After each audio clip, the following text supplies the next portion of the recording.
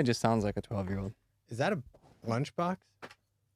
So after I published my first episode, so my wife is Dutch. We went to Amsterdam to hang out with her family. We do that every year, more or less. And one guy that works for this company called EVBox, I guess he sort of listened to like 2 minutes of it. And as a gift, it was actually a sweet little gesture, and he gave me that. It's like, Cool. if you want to stop using your phone so much, how about some promotional material for my company to help you with that challenge? Wait a minute. Didn't I meet one of your guests that was Dutch? Yeah. So another Dutch person. Her name is Roos. Mhm. A great friend of my wife. Wonderful person. And yeah, actually we call her Tante Roos, which is like Auntie Rose. Santo Rose? Yeah. That's cool. Yeah. How are you, man? Good. I'm on vacation.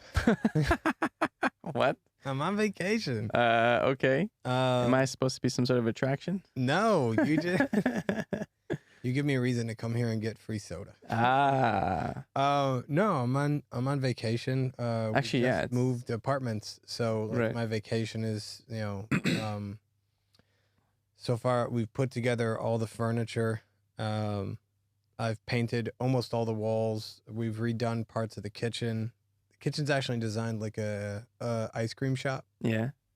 What? Yeah. What? So the light bulb hanging from the ceiling is an upside down ice cream cone. Okay. So it's like imagine a big pink cone like this big, Yeah. and then ice cream swirl on top of it. So it's like Okay. that's hanging upside down. Yeah. We have what looks like a neon light, but it's like a USB LED light. Okay. That's in the shape of an ice cream. Yeah. It's got 3 different neon colors to it. And we're getting these pink ruffle thingies that are going to be like, instead of Vidanote, like it will be just like the top Vidanote, and they'll be pink. And then we have candy striped stickers on top of the cabinetry on the top part. And I'm assuming this is all you're doing. My wife designs a lot of this. Mm. She comes up with ideas, pitches them to me. We talk about practicality, and I implement them. Some of the ideas I come up with, some of them she comes up with. Yeah. Most of the time, it's me implementing them. One of the big projects, though, is our washer and dryer. We had, like, where the washer hookup is. This building was built in, like, 1962. Okay. So washers and dryers were either non-existent or not a thing at the time. So the doorway where the washer hookup is, it is 10 centimeters thinner than my dryer and washer. Okay.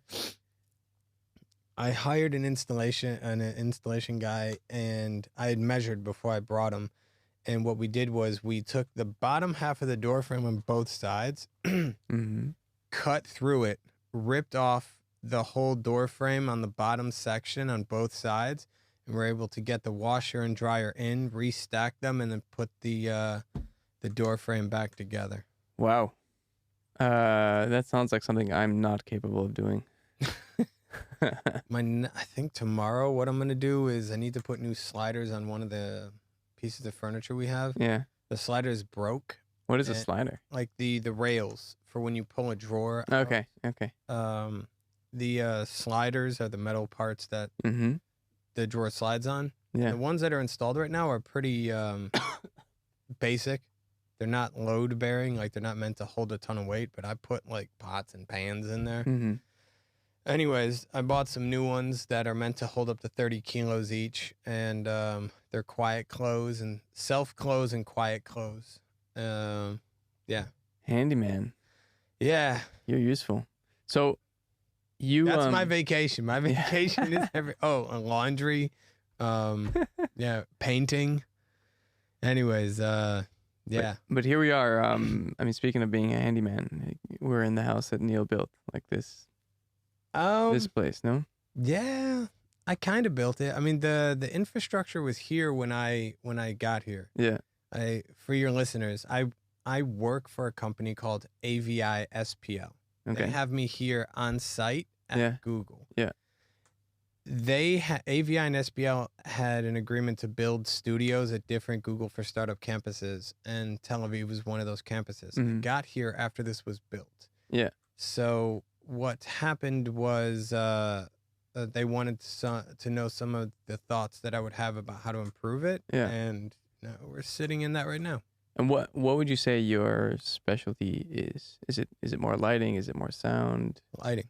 Lighting. Yeah, that's what it wasn't at first though. Like lighting though has become something that I am extremely knowledgeable about. Yeah. And sometimes like I could be sitting with you. It's just happened before. I'll be sitting with someone at a cafe outside, and there might be like a cloud going by or just some interesting shadows being because of a tree. And I'll just focus on those shadows just like this, just like literally not looking at the person in front of me who's talking to me, not paying attention to them, just like, wow, those are interesting shapes. Wow. Have you always been like this? No, kinda. Yeah. I mean, I learned lighting out of wanting to be in entertainment. So it wasn't even my first choice. My first choice was production design. I wanted to be hair, makeup, wardrobe, set design, set construction, like all that. Yeah. And I was offered a job in lighting, and 11 and a half years later, still going strong. What does that mean? I was offered a job in lighting. I have not the first clue what that means. I was here in Israel on a program with Masa. Yeah. And after my program, I was offered a job that would start after my program ended. Mm-hmm. And that was with a studio here in Israel. And that studio, at first, it offered me something in set construction department. And I was like, yes, that's what I wanted. Mm-hmm. But it was like part-time freelance. And I was like, listen, I really appreciate this opportunity. I can't move to a country where I don't speak the language working part-time as a freelancer. Yeah. And the person came back to me and said, well, we have something in lighting if you're still interested. And I was like, well, lighting? Everything's hot, heavy, electricity's dangerous. I don't know anything about lighting. And then I was like, how often does like an executive at a studio just randomly give someone a second chance after you turn them down? And I was like, let's see what this turns into. Mm-hmm. So what did they have you do? I was doing lighting for television shows. Well, but what does that even mean? Like, yeah, I'm just imagining someone just flipping a switch on and off. No, I'll give you an example. Here in the studio, we're recording the video, right? Yeah. Okay, so here in the studio, on me, I have two lights at 45-degree angles to be able to light my face correctly. The same with you. You have one there and you have one there. Each seat has two lights converging at a 45-degree angle, coming from up and to the right and to the left of them. And that is to give an evenish amount of lighting to their face so that you people who are viewing on that, I don't know what camera's hot, for the audience to be able to see us correctly. And the whole purpose of what lighting is for entertainment is to be able to help tell a story with by setting the mood and the tone. Like if let's say for instance, Nightmare on Elm Street, Freddy Krueger. Sure. Okay, so if that was like a brightly lit environment, like in the park in the middle of the day, it's not as scary as like being chased through a boiler room in the basement of an industrial building, where there's like very little light, and if there is, it's just like this hard light that like blinds you a little bit, and everything's hot, and then there's mostly shadows everywhere. Okay. Yeah. Wow. So, what exactly are the things that you try to capture with lighting? Let's say for a TV set, is it mood? Is it well, you tell me. It's really with lighting, I want to be subservient to the story. I want lighting to be an aspect of what helps tell the story, not what is the story. So if the lighting, going back to the example I just used, if the lighting was too overwhelming for the viewer, like and the viewer is like, wow, I constantly am getting annoyed by these lights in this production, then the lights become the focal point. And if most of the time the light isn't supposed to be a focal point, it's supposed to help tell or just illuminate the area around subjects to be able to give them a sense of purpose and being. It complements what the set design and the set construction looks like, and with makeup as well and wardrobe. Like for wardrobe, Casino. You ever seen the movie Casino? Yeah, of course. All right. Do you remember when Sharon Stone comes walking through with that gold dress that's shiny. Okay. Anyway. So as she, like, the path that she walked, that area was lit with more light, so that as Martin Scorsese was actually shooting the scene, the camera was capturing more highlights coming off of that dress. While everyone's in a black and white tuxedo, Sharon Stone's walking around in this extremely reflective gold dress. So and at that part of the story, we were talking, they were talking about her and her wanting to be into the life of the protagonist of that story. Wow, So okay. she was the focal point of what we were talking about. And I believe one of De Niro's quotes is like, she loved the life. Like and it was in that, it was in that context of she wanted to be like the center of attention when she was around him. Robert De Niro in the movie Casino. Yeah. And that the extra lighting on a reflective dress when you're standing around people who are wearing either black, like just black and white, you stand out way more. Interesting. So it's conveying that sense of she wants the limelight. Yeah. It's supposed to convey an intent and motion. Wow. And do you think that audiences are aware of what's going on, or is this just goes in on our subconscious? And most of them know, which is cool. Unless you're at like a Pink Floyd concert. okay. There's some or like Post Malone. Have you seen Post Malone's new concert? No. I go into a bunch of stuff about this. So you really shouldn't, as the audience member, know that the light is part of the story unless like that's like the intent of the show. Whether it's a show or an environment in terms of like you're walking in the city and the way that the street lights are built, how high they are, and what type of reflectors are used on the light to illuminate the street evenly as you walk down it. So the lighting, unless you know of light or you care, you don't really pay attention. My wife, though, has my wife has really gotten into it, and sometimes we'll be watching something and she'll be like, wow, this is great lighting. And I'll be sitting there going, yes, yes, I love you. That's so, yeah, honestly, I think this is the first time I've ever considered what lighting does in any serious way. It affects, but it's everywhere. It is. I was thinking about it like this. Before there were like, go back to gas lamps, like a long time ago, or prior to gas lamps, okay? When it was, the work day was over, there would be no light unless you were holding like a torch. You'd look up and see the solar system. You'd see the Milky Way galaxy. And then it eventually turned into where we would have different like gas lamps or something like that. And people, depending on what cities you lived in and around the world, you would have to actually be legally required, if your house was facing the street, to actually keep your lights on all night so that people passing by would have light into the city. Things from that filtered into theater, where when you go back to Shakespeare and plays before there was anything in terms of an outside evening performance, you're talking about hundreds of years ago, when everything was done during the day, and the actors had to convey with words, it is nighttime in the middle of the, But then they took, there were people who took gas lamps and put them into theaters, so that you could actually have control over these lights. And then if you were to put a reflector behind it, then you're shooting the light in a specific direction. So. And the modern day equivalent of that would be what, like a spotlight? What? There's lots of lights. Even these lights. The whole reason that the lights pointing at your face are super bright is because there's a light bulb with a reflector behind it. Okay.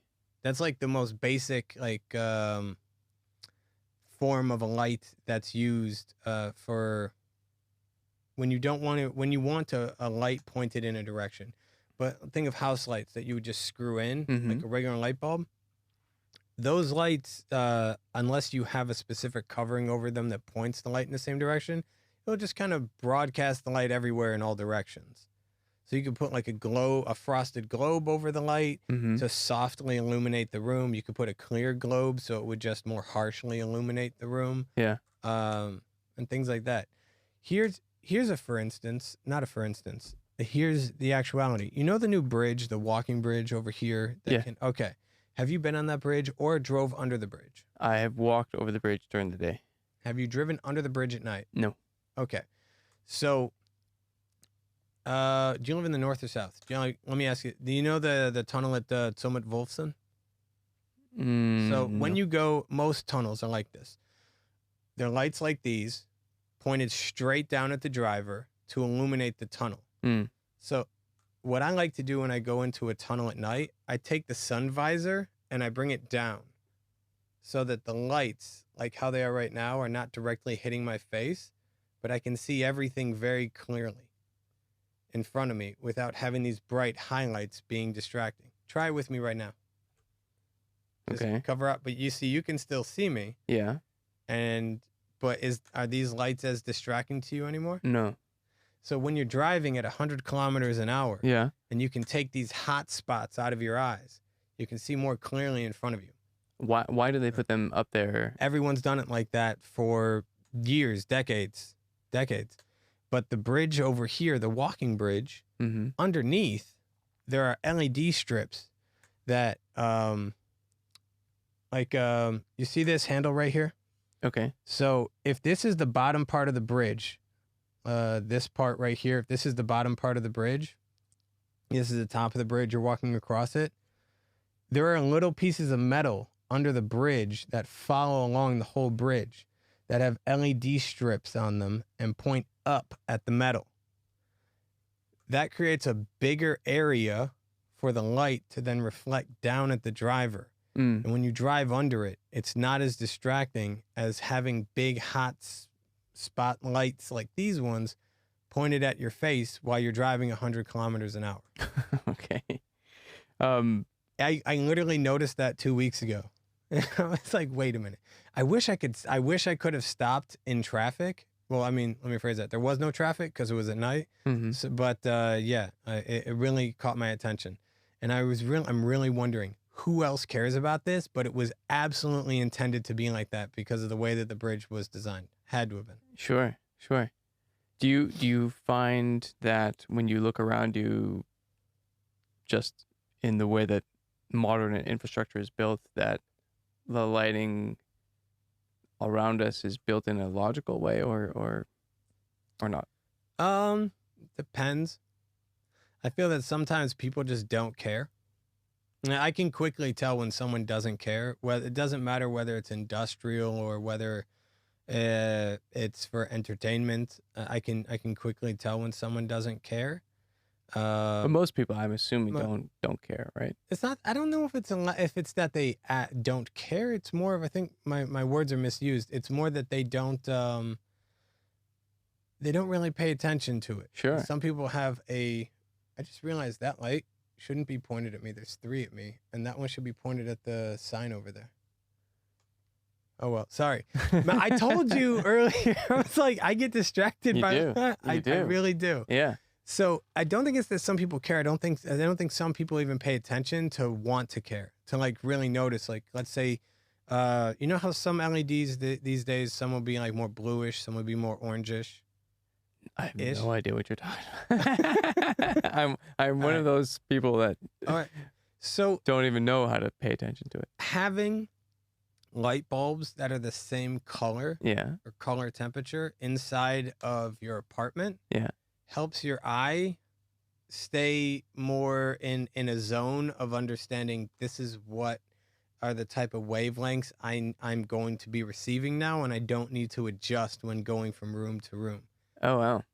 Okay. So it helps not only with the overall look, but it also helps the eye. Like, you're not trying to refocus your mind and your eyes aren't trying to make sense of something. If you walk into something that's like an overly blue, bright room versus like a warmer, less lit, comfier, cozier room.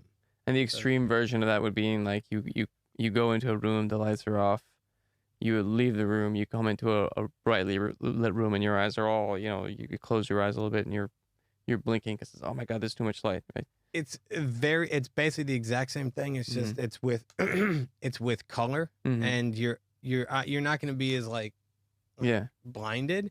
It's more of that for me at least, my brain's like needs to like refocus on like what does white look like in these environments when one light is blue and another light is orange. Yeah. It's like what does white look like? Like this chair right here is white. These chairs look pretty white. Now if you were oh wow, I wish I had my phone so I could change the color temperatures. So if you were to change it to more of like a bluish light, these wouldn't look so white necessarily under this light because your eyes are adjusted to the color of what these lights are at the moment. These chairs would then start looking more blue. Okay. So it's more of to go back to your original question. I feel that people now are paying more attention in terms of like in terms of like not industrial, but for buildings and architecture and things of that nature. That's actually becoming, I think, a very big focal point as to how a building will look at night. Have you seen the new Samsung building? No. Okay. It's over there. It's a nice big tower. Yeah. And it's got on various sides of it differently shaped physical like pillars as part of the construction. Excuse me. So depending on whether it's sunrise, midday, sunset, or nighttime, that building looks different throughout the whole day. What? Yeah. What does that even mean? I walk into a room and just the building itself. If you are, you mean from the outside? From the outside. Okay. From the outside. So if you go to Hashalom, and you're on the bridge, there's a building that says Samsung, WeWork, and PwC. Okay. Past Israeli, but on that same side. So you basically get out here, and I believe, you look that way, and you see this nice big tower. And the tower has, so if, I think I tightened this too much. You're playing with the microphone stand. I know. You've made a tower so out of the microphone. Yeah, okay. Can they see? Yeah, okay, we can see this. Cool. So there's like slat. This is a very small. Let me see this bad real quick. So if the slat, that camera's good. So the slats that come off of it are only like about that far out comparatively. It's not big. It's just that the way that the building is designed. So you'll have some like this, one like and going like 1, 2, 3, through, and then you'll have some that are just totally straight, and then some that might be back again like this, going across the rest of it. Yeah. Up and down the building and on all sides. And what is the point of having a building that looks different at different points in the day? For me, it catches my eye. I couldn't tell you what the architect was thinking. I could guess. But let's guess. My guess is that it's an architect that cares about being different in a world. Like if you look at how many new towers are being built today, I would suspect that they wanted it to not just look a little different, but to be able to transform itself throughout the day. Whoa. And that's what it does to me. I'll be eating breakfast. I'll look over, I'll see the building, or when I'd be driving up to get here, I could see it. And then at lunch, I'll be eating lunch and I'll look at the building and it'll be different because the sun, as it's coming up and then going over and then coming back down, I'm always on this side of the building. So I only get this perspective of this side of the building. And I can always tell what time of day I don't use that as my watch. It'd be really weird. How do you know what time of day is? I have this really big multi-billion-dollar tower that I built. I thought you were gonna say it's just by looking at the sun, but yeah. So the sun has different reflective properties when it's not a direct light. So if this is the tower and the sun's before the sun comes over the horizon, the sky will just be like an even golden bath of light. So this reflects what the sky is shooting at it. Mm. And then as the sun comes up and starts hitting it with direct rays, you see that the building is lit in a specific way because of the sun. And when angles of the light are hitting it 90 degrees, 45 degrees, zero, I guess it would be 90 degrees, 200, 27, you know what I mean? Yeah. I'm getting confused with my angles. So depending on which angle of time of day that the sun is having its rays hit this building, those slats and how they're shaped and how they're physically like part of the building, it changes the way that the building physically looks. But does that happen to many buildings, all buildings, or just... No, because most buildings are symmetrical. Look at Israeli Tower. Look at Electra. It's basically the same building on all four sides all the way up. Electra has three different sections, 1, 2, 3. Mm-hmm. But Israeli, it doesn't matter which one of the three, they all look on every side. Well, I guess the circle one is whatever. But it's all the exact same all the way around. Okay. You have to build a building intently with this in mind to be able to get this effect. That's wild. I mean, to such a massive undertaking, and then to add that little twist at the end. I think so. Although I'm a fanatic about something most people don't even think about. Right. I mean, so let's scale this up a little bit. Like you've done lighting work on some pretty cool stuff, right? Yeah. I've been fortunate to have it came out of necessity of needing money. But yeah, I've had the fortune to work on really big projects on a lot of different parts of the world. Like what? I mean, I hate talking about myself. I really do.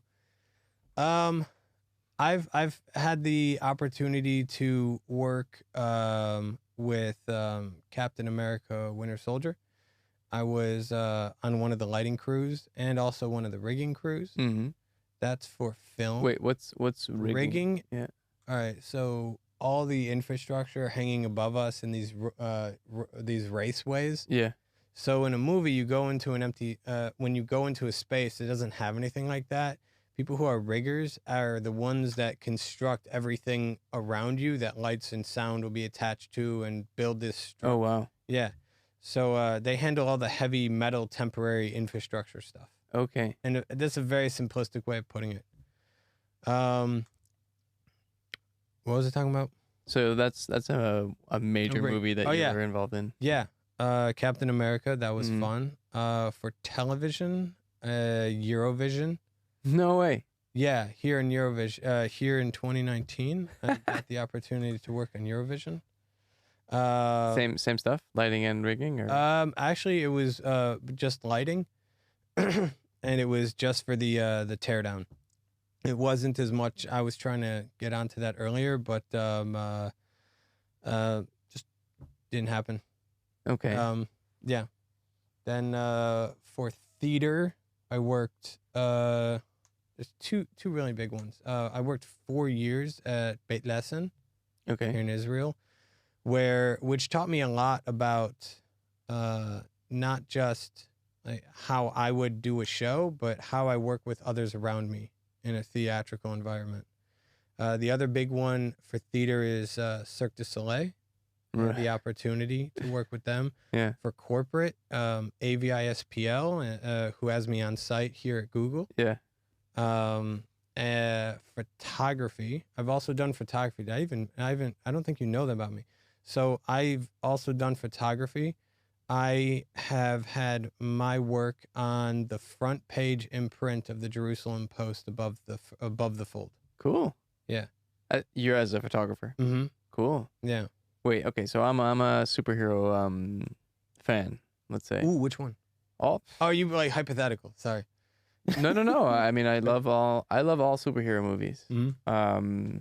I think it's a must watch for kids, I would say. Anyway, so I'm pretty certain I saw that movie, the Captain America one, right? How long was that for you? Like how long were you on the set there?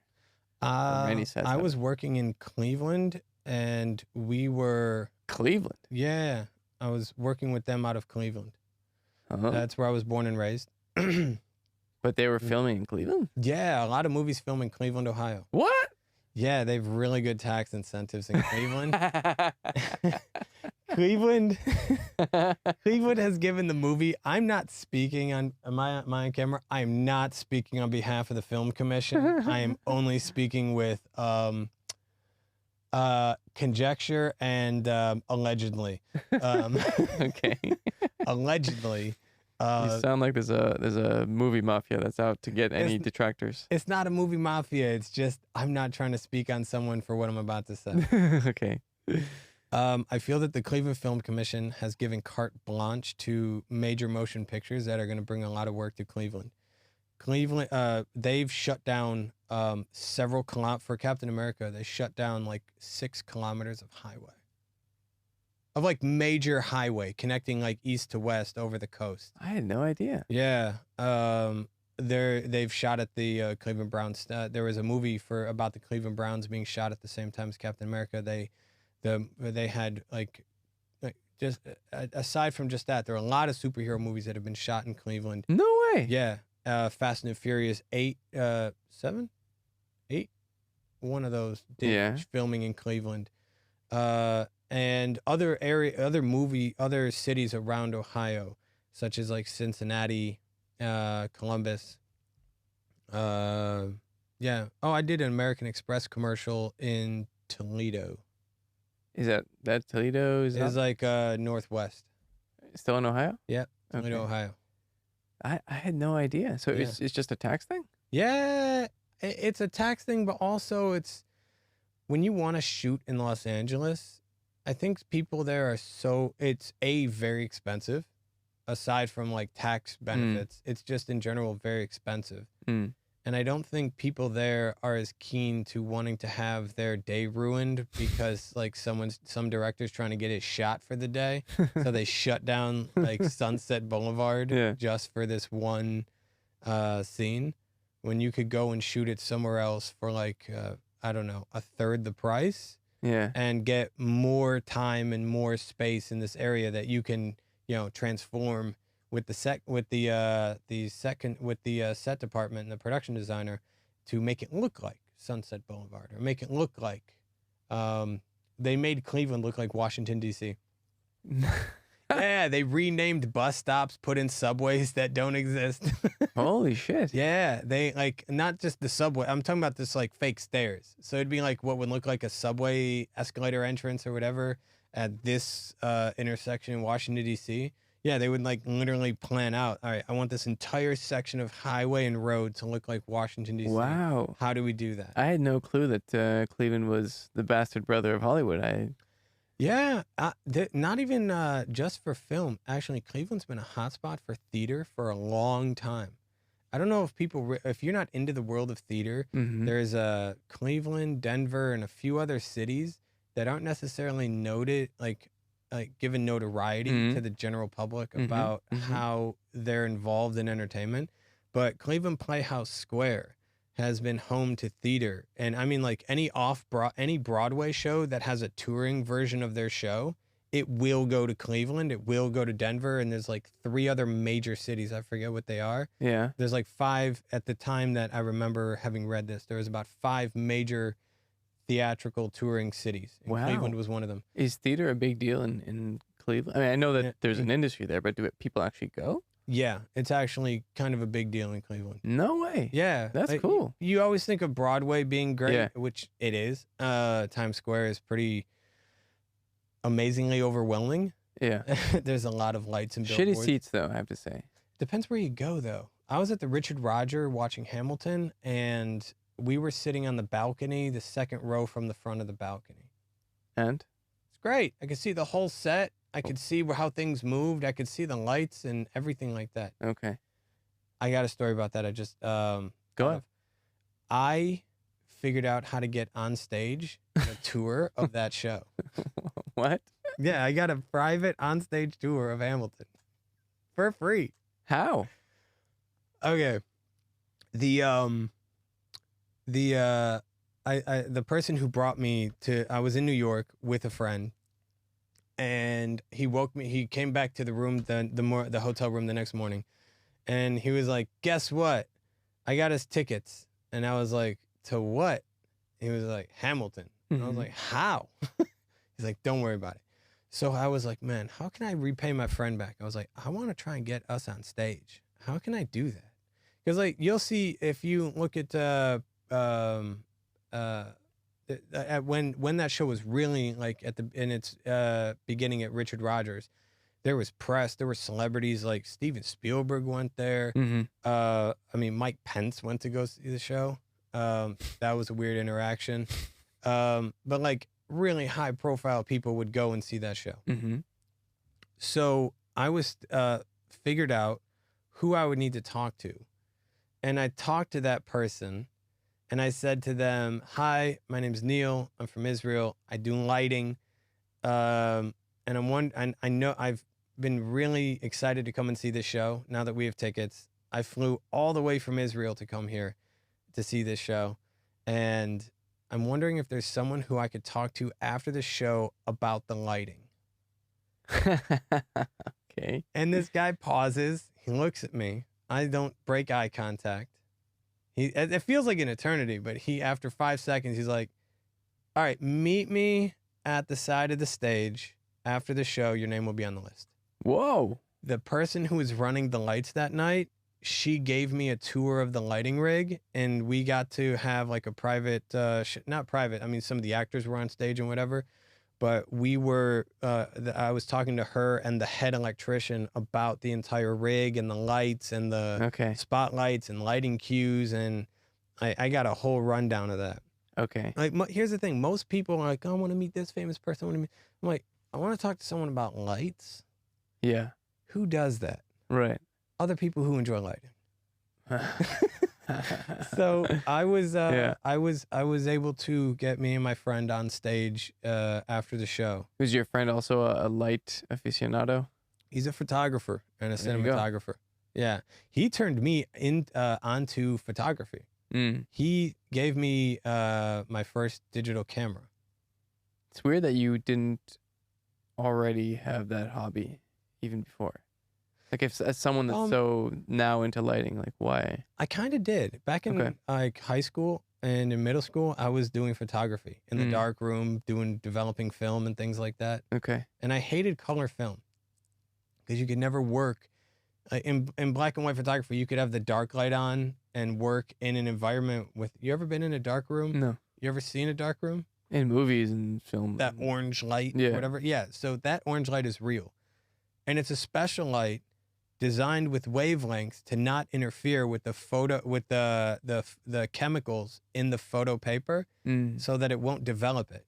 And you can actually line up what you're doing with your shot in the dark room while doing black and white photography. So that's what that light is. Yeah, that's a very specific thing. That's a real thing. Okay. And when you're doing color photography, that light cannot exist. You have to actually get everything ready, hope that you lined up everything for like where your negative's going to go and everything's in focus, so that when you turn off that light and put your paper in and you expose that paper to light with your negative, you really have to hope that it's lined up, because you can't even develop the photo with the lights on. You have to develop that photo paper with the lights off. Whoa. So you don't even know until the second bath as to whether or not it's going to be, like whether you lined it up right or not. Okay, and that's why you don't like, you only like black and white photography. Well, that's why I like black and white film photography. It's easier to work with than color photography. But that's just still photography. And when you're talking about film, when you're talking about a roll of film that has to get exposed 24 frames per second, or in Europe, 25 frames per second, it's a whole different story as to how that's done. And the process in terms of, you don't have photo paper. You just have to get the negatives developed, the film developed, and then project light onto it, and then have that light hit some sort of like silver screen that reflects you the image that you see in the movie theaters. By the way, the screen is not white. It's actually a type of silver. It gives a better reflection than an all white, bright white screen. So I haven't been to a movie theater in a long time. And I'm curious actually, how much has the technology of how a film is streamed onto a screen, has that changed a lot in recent Yeah, years? It's still the same? they use laser projectors now. Laser. Yeah. I don't know. I just assume that it's you know laser pointers? Yeah. No, Alright. I just have you ever seen the movie Inglourious Bastards? I love that movie. Right. At the end, you feel like, oh, those what do you call those film reels, and they burn the whole place down. Like, Yeah. I just feel like it. Well, I thought it was still the same, but no, it's not. all right, if you want to go that far back, we can go that far back. Yeah. Back then, it was made with film. The film negatives were a man, I'm forgetting the chemical. I want to say nitro something. Something super flammable. Oh, it was extremely flammable. Like you couldn't take it into subways. They wouldn't let you on the train with it. Yeah, it was actually. But take your kids to the film. Yeah, take your kids to the movie theater where there's a building filled with explosive chemical film. Did movie theaters burn down a lot? Well, if you actually go, I'm going to take us further back in the past. Something about theaters I didn't mention with gas lights. There were theaters that burned down because of the gas lighting in a theater When? in the 1800s. Wow. Yeah. So I don't actually know of any movie theaters burning down because of the film. Okay. I wouldn't say it's out of the possibility of happening. I've just never looked into whether or not that has happened with film. Okay. So they needed a safer way to actually make film and have it last longer as well. Because these older films, like when you look at Metropolis from the early 1900s, that movie was never meant to like last hundreds of years. What do you mean? The negatives, actually, the movie Metropolis. So there was like let's say there was this much amount of negative film that was developed and shown, but what was actually shot, like developed but not shown, was this much. Like there was actually more film that was developed and shot for the movie that was actually shown to the audiences later. I want to say in the 50s or 60s, later in life. And then a few decades ago, they found extra film of Metropolis in some, I don't remember where. Man, I wish I had my phone to look this up. You're killing me. It's fine, man. It's fine. I'm gonna, like, the people are gonna be like, man, why doesn't he know his stuff? So I think people are gonna be super impressed because you'd be surprised. I'm sure you're not surprised about how little people know about this stuff. But yeah. There was extra negatives of that movie that was found a couple decades ago. Okay. When that movie was shot in the early 1900s. That film should have never lasted this long. And it's been, what they have in its entirety now is about 90% of what the original movie shown was. I think is what the consensus is, 90 to 95. But that film was then remastered and digitally touched up to make a very high quality version of Metropolis. But so we went from That's wild. Not having any film, like the first photograph in the 1700s, to then in the early 1900s being able to do, like a Nickelodeon where you put 5 cents in, and or sorry, not 5 cents, like a penny in, and then you like turn a wheel and it would just show something in front of you, like the horse racing. So then we went from that to then having negatives that would actually do a whole movie, and those were flammable. And then we went into negatives that were a lot more stable, and you could actually, which was used for decades and decades, some pretty stable film. Film emulsions got better, like Kodak, which, by the way, don't know if you know this, they invented the first digital camera. Okay. Never patented it because they thought it would ruin their business. Well, they were right. If they had patented a digital camera, who knows how big that company would be nowadays. Yeah. So then you started getting things in like the late 90s and the early 2000s at home of DLPs. It's a type of display, display digital. Why can't I remember the acronym? DLP. It's basically like a laser, not a laser projector. Is it a laser projector? Man, I should have brushed up more on this. So you had DLP TVs where if you're sitting right in the center, there was an image projected onto like a plastic, I almost want to say film, but it's really like a big lens. Okay. And then that lens would actually, so you'd have like back here, you'd have light being shot at this big square. Okay. That's a DLP screen of this big, like 42-inch TV. That's the size of a piece of furniture. Mm-hmm. So the light's going out this way, right, left, top, bottom. It's going out this way. It's expanding. Mm-hmm. The reason why a DLP TV had this, not like a glass, but like a lens in the front of it almost, was to correct the light from stopping expanding and focus the light rays at your face. And you could actually see the image more clearly in the middle than you could on the left or the right of the image. Not clearly, it would be brighter and the most clearest in the center. So you started taking some of that technology, some laser, some new projection technologies, and bringing that into theaters. And now what they have are digital laser projectors. And instead of sending film, like let's say you have what used to be like a 4,000 theater wide release in the early 2000s or whatever of, let's say, of X movie, you would have to deliver all 4,000 copies of that physically in film to the theater and have them test it and have a backup in case it broke. So you're talking about almost 10, for the biggest movies, almost 10,000 copies of something on a negative. 10,000 copies. Well, if you have a wide release of over 4,000 theaters and you have, I see. And you have to have at least one, you have one and a backup, so like you don't have to wait for something else to arrive. Right. You multiply that 4,000 times 2, it's 8,000 copies. Right. Across the country. Yeah. Across the country, the world, right. what have you. Right. Now, there's something called DCP, Digital Cinema Package, where that content is now delivered in an encoded, in a digital format to the movie theaters in an encrypted way.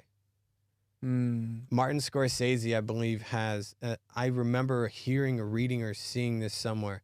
Martin Scorsese has a digital cinema projector in his home. I mean, why not? I mean, why not? Yeah. If you're going to have a home movie theater. Don't quote me on that, but I'm really sure. Yeah. I'm really sure on that. So even he's like Mr. Old School on this stuff. He likes the new ways of doing things. Yeah. I mean, I guess to a point, you look at someone like his counterpart, the younger version of, he lives up the street. Reservoir Dogs. Quentin Tarantino. Thank you. Quentin Tarantino. Like Quentin Tarantino. He does live in Israel, doesn't he? Yeah, he does sometimes. You see him on the news every now and then here. But like, oh yeah, Quentin Tarantino lives. Yeah. So, you have a guy like Tarantino that owns the Beverly Cinema. Okay. In California. And it's like almost all just film of like older movies and that is literally just a love to film and cinema. Where I mean he might, I don't know what Tarantino has in his private collection, but he owns the Beverly Cinema, and literally you can go do a double feature, and some of his movies you'll see, but like he'll just have them show interesting movies that he loved growing up, and he has like multiples, amazing, not multiples, but like amazingly diverse type of filmography there. But these films weren't digitized, and then I'm sure this is talking about the original copies. Sure some of them were, but he has, I believe, original copies on film. Oh wow! Well, so eventually, that's weird. Like in the as film emulsion got better, when Kodak and Fujifilm were making better film, the best way to archive a film today, it's not even digitally. It's still on film, on negatives, and in black and white. Why is that the best way? And the process for recoloring it in terms of what colors, like how much cyan, how much magenta, how much yellow you'll add back into that, that's all kept with it in an underground bunker. Huh? Yeah. I really wish I had my phone to tell you more about this. I just thought about this now. So yes, there are some vaults of Hollywood movies where when they want to keep an actual archived copy that will last 100 years, it is in black and white, negative film with color additive information as to how to reprocess this film as it was intended with color. That is so weird. Who came up with this idea? Who came up with this idea? Like, what? Why bury? I don't know. Movies. You know what I mean? You could just get the DVD or whatever. You know what I mean? I do not know who came up with that specific process. It's almost like there's like an apocalyptic undertone to it. Like, you know, if the world is destroyed, you know, find the vault with the. We're gonna destroy ourselves hundreds of years from now. Someone else is gonna visit, or something else is gonna visit this planet. Right. Go into the bunker and be in, and pull up a Tarantino movie, Reservoir Dogs, and be like, "Is that? No wonder these people don't exist anymore." Yeah, it's weird. Wait, so back to you for a second with Captain America. I mean, so like, is that a huge undertaking to do the lighting for such a massive project, or like, are you just working in a not a factory, but like sort of a warehouse type of thing, or you're actually out on the highway when they're blocking the 6 kilometers? I was out on the highway when they were blocking the 6 kilometers. No way. A lot of the time, though, I was spent at base camp, where I was helping build car rigs with the riggers. Okay. Where and wait, what's a car rig? So it's it's basically metal pipes attached to a car in a way that it won't fall off the car. So let's say you want to do a stunt with a car, and you want the camera on or in the car. You hire someone to rig it up to the camera to the car and have it perform the way that it's intended to perform. How do you test that? It's not that you would test it before you do a stunt, because sometimes stunts are one and done. It's more of being able to work with people who have the expertise that when I was always working with other people that have done this for over 2 decades. Yeah. So I was never alone. Like, Neil, figure this out. I was with one thing, but that was a much smaller aspect. Yeah. But like a car rig, like when a car is going to flip upside down and we need to replace the passenger seat with a metal cage that a camera is going to fit into so it can record the driver, you're under supervision to make sure that it's being done this way, that way, how it's attached, some people who are in charge of the rigging department, they have in their toolkit custom bolts and connectors that, like, where you would unbolt the car seat, they have special connectors that bolt into the car frame where the car seat was, that then connects to the the camera rig. Okay. So the metal cage that I'm trying to simplify this. So like the camera's inside of this metal cage with the lens poking out, or the lens usually actually kind of in it just enough so that it won't hurt the driver, and the lens still sees everything without the cage. Yeah. And like, let's say the car's going to flip upside down. You don't, you have to have it secure enough so that the camera's not going anywhere. The camera rig, the cage that it's in, isn't going anywhere, because you start flipping cars at 80, 90 miles an hour, and you have things in there that weigh like 50, 60 pounds that start flying around, like, people die. Yeah, I know that. So it was depending on where base camp was. Base camp is basically where all the trailers are, just parked. Yeah. And I would be mostly at base camp working with them. The lighting that I did with them was me on site laying down cable at one of the locations when I was picked up by first unit after the second. I was originally on second unit rigging, and when they wrapped, I was recommended to and brought on to first unit electrical, rigging electric. So I helped set cables and prep lights and man, it sounds like a stressful job if those are the stakes. Yeah, but I like it. To me, it's enjoyable, and I'll tell you why. I Yeah. like being able to focus on. It's very easy to have like a million things going on with you in a day, and when you're working on something that where somebody else's life depends on it. Let's say you're packing parachutes for a military unit that's for new guys in a military unit that's just training. You need to pay really close attention to what you're doing because those guys don't know how to double check their work. Mm. Whereas when you're working with a really competent crew, you'll have people who are preparing dangerous things for dangerous things, and then the people who do the dangerous things know how to go back and check it. Like when a pilot goes out and check, like you'll see a pilot wearing a yellow, green, or reflective vest, walking around an airplane, looking at it under this way and under that way, like going and physically checking to see, like, is this plane okay to do I see anything weird about this before they just get into the cockpit and like, we're taking off, like holding a cigar. I'm just kidding. So I mean, I don't know anything about pilots, but pilots actually know every inch of the plane and to be able to check. Pilots should. Pilots should know what their aircraft is. They should know a lot about their before you even when you go to flight school. I've never been to flight school. I know people who have, and I have someone in my family who is a pilot. When you go to flight school, you do basically everything is groundwork. Like you literally just going to a classroom and studying about flight. And then you have to study about the airplane that you're going to be using. And you have to know it. Just like with the equipment that you use on film productions. You really have to know what to do. Like in the studio, when someone comes up, let's say you call me like, Neil, I have a problem, and you tell me my problem is XYZ. I've been here in the studio enough where when I hear what you're saying, I know where to start troubleshooting. Yeah. And if you don't have that kind of like situational awareness in an environment where you could kill yourself or a lot of other people, you'll find out pretty quick if you enjoy it or don't. But it gives you the ability to just focus. Wait, what kind of people, what,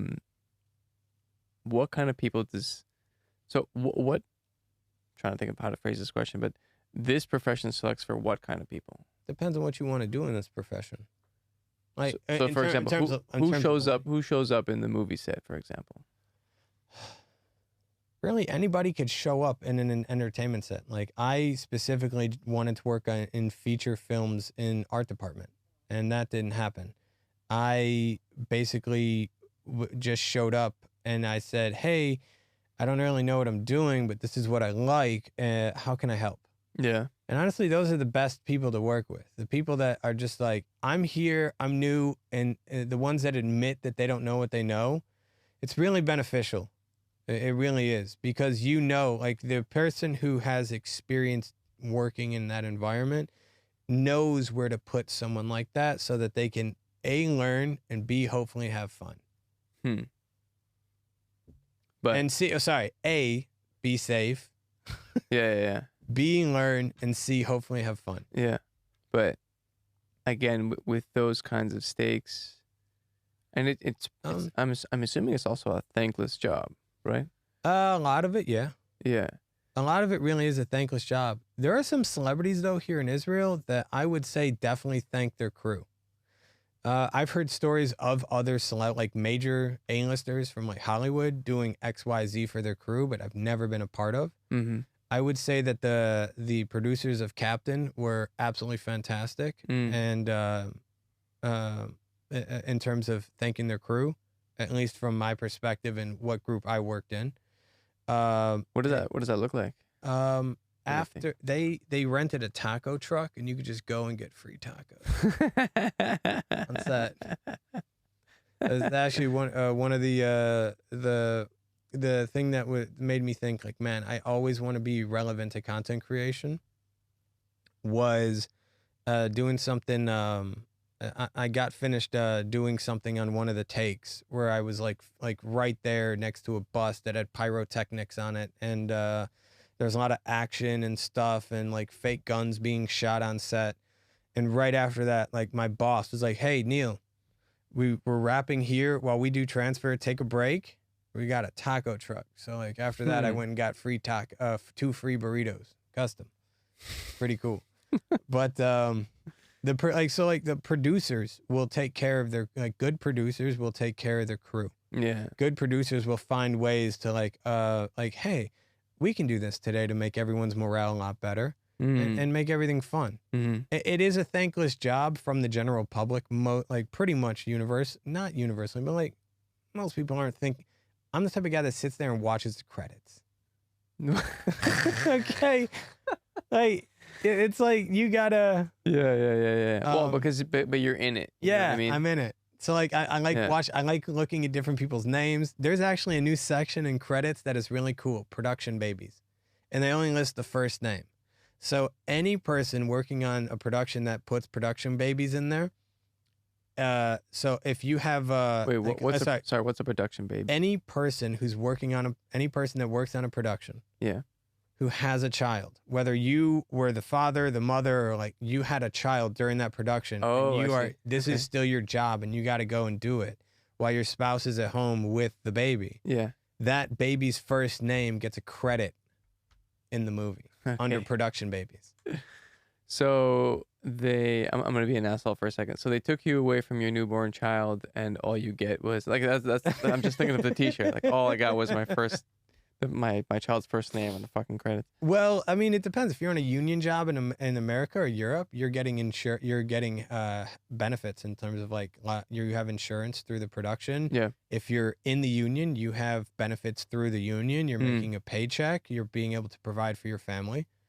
I mean, it's not just I mean, I understand that the humor aspect of it, but at the same time, I was just being a dick. Yeah. No, I agree with you from an outside perspective. That's what it looks like.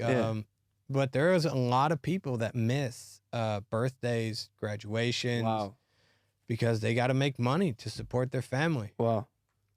And it can be hard sometimes. The person that's going to do this wants to do this. Actually, there was this guy, his name's Bernie. He got out of the California film industry and moved to Turkey. And I really want to go meet this dude in person. And I've never met him in person, but we've chatted a lot on social media. And he said that this industry is like jail. Everybody knows how they got there. Nobody knows when they're going to get out. Because it's when you have the best day, like your average day on a production is way better than sitting in a cubicle. You ever seen the movie Office Space? Of course. Sitting in a cubicle? Right. I would rather take a bad day on a production site than having, in terms of as long as it's not a safety bad day. Yeah, of course. But just being able to be in an environment where you can walk around, get up, move, be active. You feel that you are contributing to the process of what's going on in front of you. Oh yeah, there you go. Yeah. You are actively contributing with your hands, your feet, your eyes to be a part of what's going on and what people will see. Right. You can kind of take it gives somebody the ability to take ownership and responsibility of what they're there to do. Right. And a good producer will hire people that know how to do their job so that the producer doesn't have to micromanage and tell them. Yeah. And that way a producer can keep a more higher level eye on things and while making sure the morale is good. Yeah. I think morale is one of the best. Like if you're not having a good time on set and morale is low, I think that translates to the audience. I feel like the audience can see that in takes subconsciously. Yeah, it's funny. I mean, you really do raise a good point where, most modern workers who sit in an office all day, like they don't see the value of their work reach the reach of their work, right, or whatever value that they're creating, right? Yeah, and this every company that produces anything really, right? It's broken up into all these micro tasks. And if you're one of those micro tasks, let's say there's 50 of them, right? Until let's say, for example, to produce a car, right? There's so many different people that go from idea to car being built, shipped, sold, you're so far away from the client getting Mhm. the car and saying, "Oh wow, great! Now I have a new car, and my day so wonderful." No, really, like Yeah, that. It's a problem, right? I mean, this is yeah. what Marx was talking about, right, with the whole alienation of the modern worker. Like, we just don't bake the bread and sell it to the customer anymore and say, "Yay, my day's labor, and look, I made this person's life better for this one brief moment in time." You know, I got a crazy story exactly about that. tell me, All right, last year in Georgia at a wedding, um, on the way back from where the Georgia, wedding the state or country? Or country. country. So we were in on the countryside. We were going back to Tbilisi after the whole wedding and everything was over in a big bus, everyone together. And we stopped at one place to, let everybody stretch, pee, get some food real quick at a local place, at this one like bread making place that was there. Mm-hmm. The woman who got married, she was buying bread from this old lady making bread there, and asked the old lady, "Did you used to have a bread shop in Russia here and on this street?" Mm-hmm. And I was like, "Yeah." And the elder lady was she said, "Yeah." And the woman who got married, the bride, she's like, "I used to buy bread from you on the way to school in the morning at like when I forgot how young she was, like Whoa, 9 years old, like 30 years apart, and these two meet in Georgia." wow, Yeah. wow. Nah. I mean, no, but like that's really Like, really cool, it right? probably made her day to be like, wow, someone who I sold like bread to 30 years ago Yeah, is still able to get bread for me yeah, in a whole nother country. yeah. Oh, yeah, man. And that, I mean, that's such an amazing story to really. It's someone. It sunk so deep into their, I don't know, memory bank or subconscious that they associated bread with the woman. You know, it's really really cool. Yeah. But when you, just to come back to the question I had about who are the kinds of people that show up to this job. So I can imagine. Tell me if I'm wrong here, but it's like a very working class kind of environment. Like,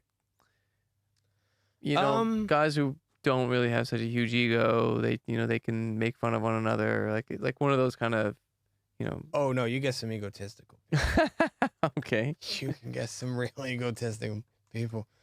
I won't say what this was or who it was with or what I was doing. I will just, I'll say I was like, this is when I still lived in Arizona. Okay. Before I came to Israel. Yeah. I was helping break down a stage for a huge event that happened in Arizona. Okay. And this guy that we were working with, so there was a boss that was telling all the workers what to do for our group. And this guy said, one of the workers said to the boss, "Yeah, I'm okay. I know this. I've done this 10,000 times already." Mm-hmm. And he said that multiple times. Like, I was keenly aware. I don't remember his name. I don't remember what he looks like. I just remember he's done that tens of thousands of times. Mm-hmm. And it's like, there's a different way to approach. Like, yeah, no problem. Like, why not just show it instead of telling people all about it before you go and do it? Mm-hmm. You get people with egos. You get people without egos. You get people who don't know what to do. Some people who don't want to be there. I didn't want to do lighting. I didn't want to do lighting at all. I only wanted the opportunity to have some experience working in production. Mm-hmm. You get, I mean, depending on what the department is you're working in, because it's not even just with lighting or there's rigging. There's also the art department, which is like I was studying before. You have the sound department. You have the managerial department. Like there's like a director's department-ish almost on really massive productions. You have the director, then you have the first assistant director. So the director's job is split into two different jobs. You have the director, you got Michael Bay going, "Action, blow it up, yeah." Okay, but how do we get to that point? You have the other half of his brain, the first director, who's basically got the whole schedule of what's supposed to be shot, what order, how everything is supposed to go through the day. And they keep the director on pace and on time. If you are in a huge production like a Michael Bay film or Game of Thrones, you've seen Game of Thrones? Definitely. Thousands, like hundreds of people that would be on set in one day. Hundreds of actors. And all those hundreds of actors needed costumes and the makeup, and some of them needed mics, and the whole environment needed lighting, and that lighting needed structural support. So the rigging department. Yeah. Okay. So on productions that big, you have the first assistant director, then you have the second assistant director. That is the assistant to the first assistant director. Jesus, it's fucking complicated, man. And in the Americas, that person can actually have an assistant as well, called the second. Wow. It's called the second AD. Oh my God. Although in Europe, it's called the third AD, third assistant director. So, and depending on how many managerial tasks are needed, you talked about microtasking.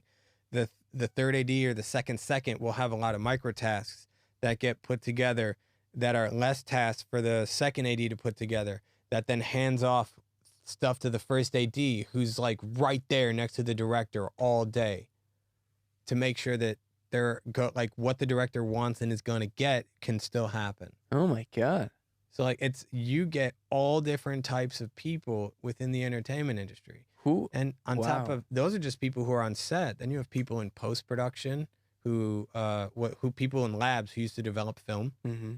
You have people who are now, instead of developing film, working with color correction, or what they call DITs, digital intermediary technicians, that help with like on-set coloring, and you can actually preview what the director wants stuff to look like based on conversations that were had in pre-production with the cinematographer. And then that would get handed off to a post-production house that has multiple post-production editors if you need visual effects. Special effects are things that happen on site, in camera, with people around them, like physical world. Mm-hmm. Visual effects happen in the virtual space. So you would have maybe let's say you need to do some visual effects works, just maybe some light stuff. Have you seen the show, what was it? It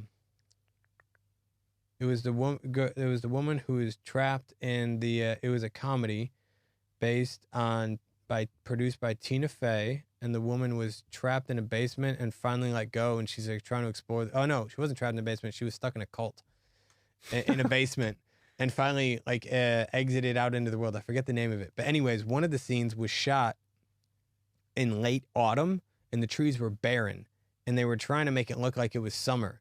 So they had visual effects artists go and make these trees in the background look like it was more summerish. They were photoshopping trees. Basically. So depending on who you are and what you want to do, and you could come with an ego, you can come with a whole different set of skill. Let's say you want to be an accountant, but you want to be an accountant in something that's cool. No, go work in production accounting. Like any type of job I feel that you could do in the real world, you could do that in content creation. Wow. Film, theater, film, theater, television, any of that. Yeah. But like, what about my in terms of like just focusing on lighting, it's really mostly, I would say, more like blue collared in that specific aspect. Yeah. Like riggers and lighting and sound are more like blue collared. Yeah. Yeah. No, that's what I was getting at. Yeah. I'm sorry, I went off on a massive tangent. No, that was awesome. If I do that again, you want me to stop? Just tell me stop. No. That was extremely complicated to explain. But what about, okay, so here's a cool one. I mean, this is relatively recent for you, but Cirque du Soleil, right? Mm-hmm. And I've been to one show many years ago. Mm-hmm. That strikes me as very light focused, like light intensive, that kind of production.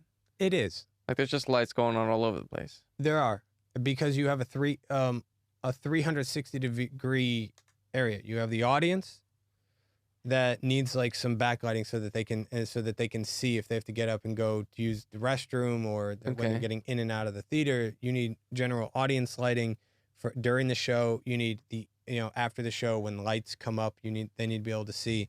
You have lights on stage that need to either be pointed down at the stage or people who are flying through the air.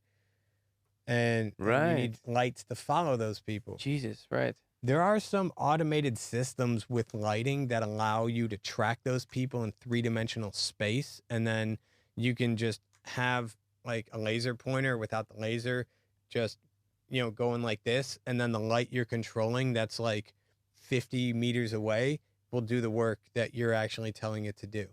And you can connect that light. You can add different things like color changing and like some effect cutouts. They're called in here they're called gobos, and like to the light. You can connect that light to the lighting computer, so the lighting board operator can actually just activate that light and have it do all of the things that it needs to do, aside from like pan and tilt. So that like there's one guy, it's called black. One of them is called black tracks.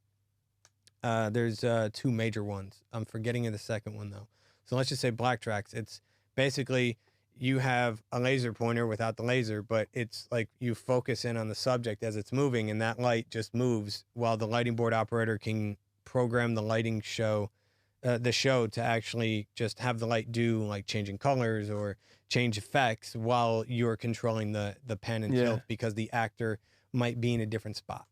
Yeah, I mean, and if it wasn't for some of the stunts, you wouldn't be able to appreciate it if it wasn't for a light being a spotlight on wherever, some dude that's flying through the air. Or, true. Right. But for the issue with circus, any circus, is that you have, it's a tent pulls into a ground with a big tent. Yeah. So when you have a trapeze artist swinging from that, you have the masts are moving.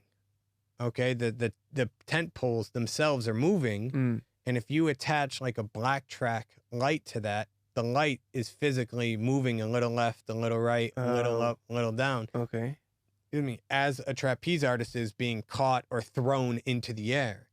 So you can't actually use black tracks on a show like a circus.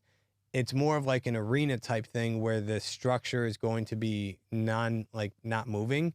So in a circus environment, you still have traditional handheld like you still have people sitting in a seat up in the tower, like focusing the lights where they need to go. Really? Yes. No one's come up with a easier system. And by the way, I thought Cirque du Soleil, they play in like standard arenas and stadiums. They do. So for those, I don't know if I've never been on one of those shows for the arena shows. So they might use it there. I just know that for a touring show that so this table's connected to the floor. Yeah. I am needing to move left and right. As I move left and right, this table moves left and right while I'm holding on to it, right? Yeah. Okay. So imagine having something over there trying to focus on me while I'm moving and the table's moving. Sure.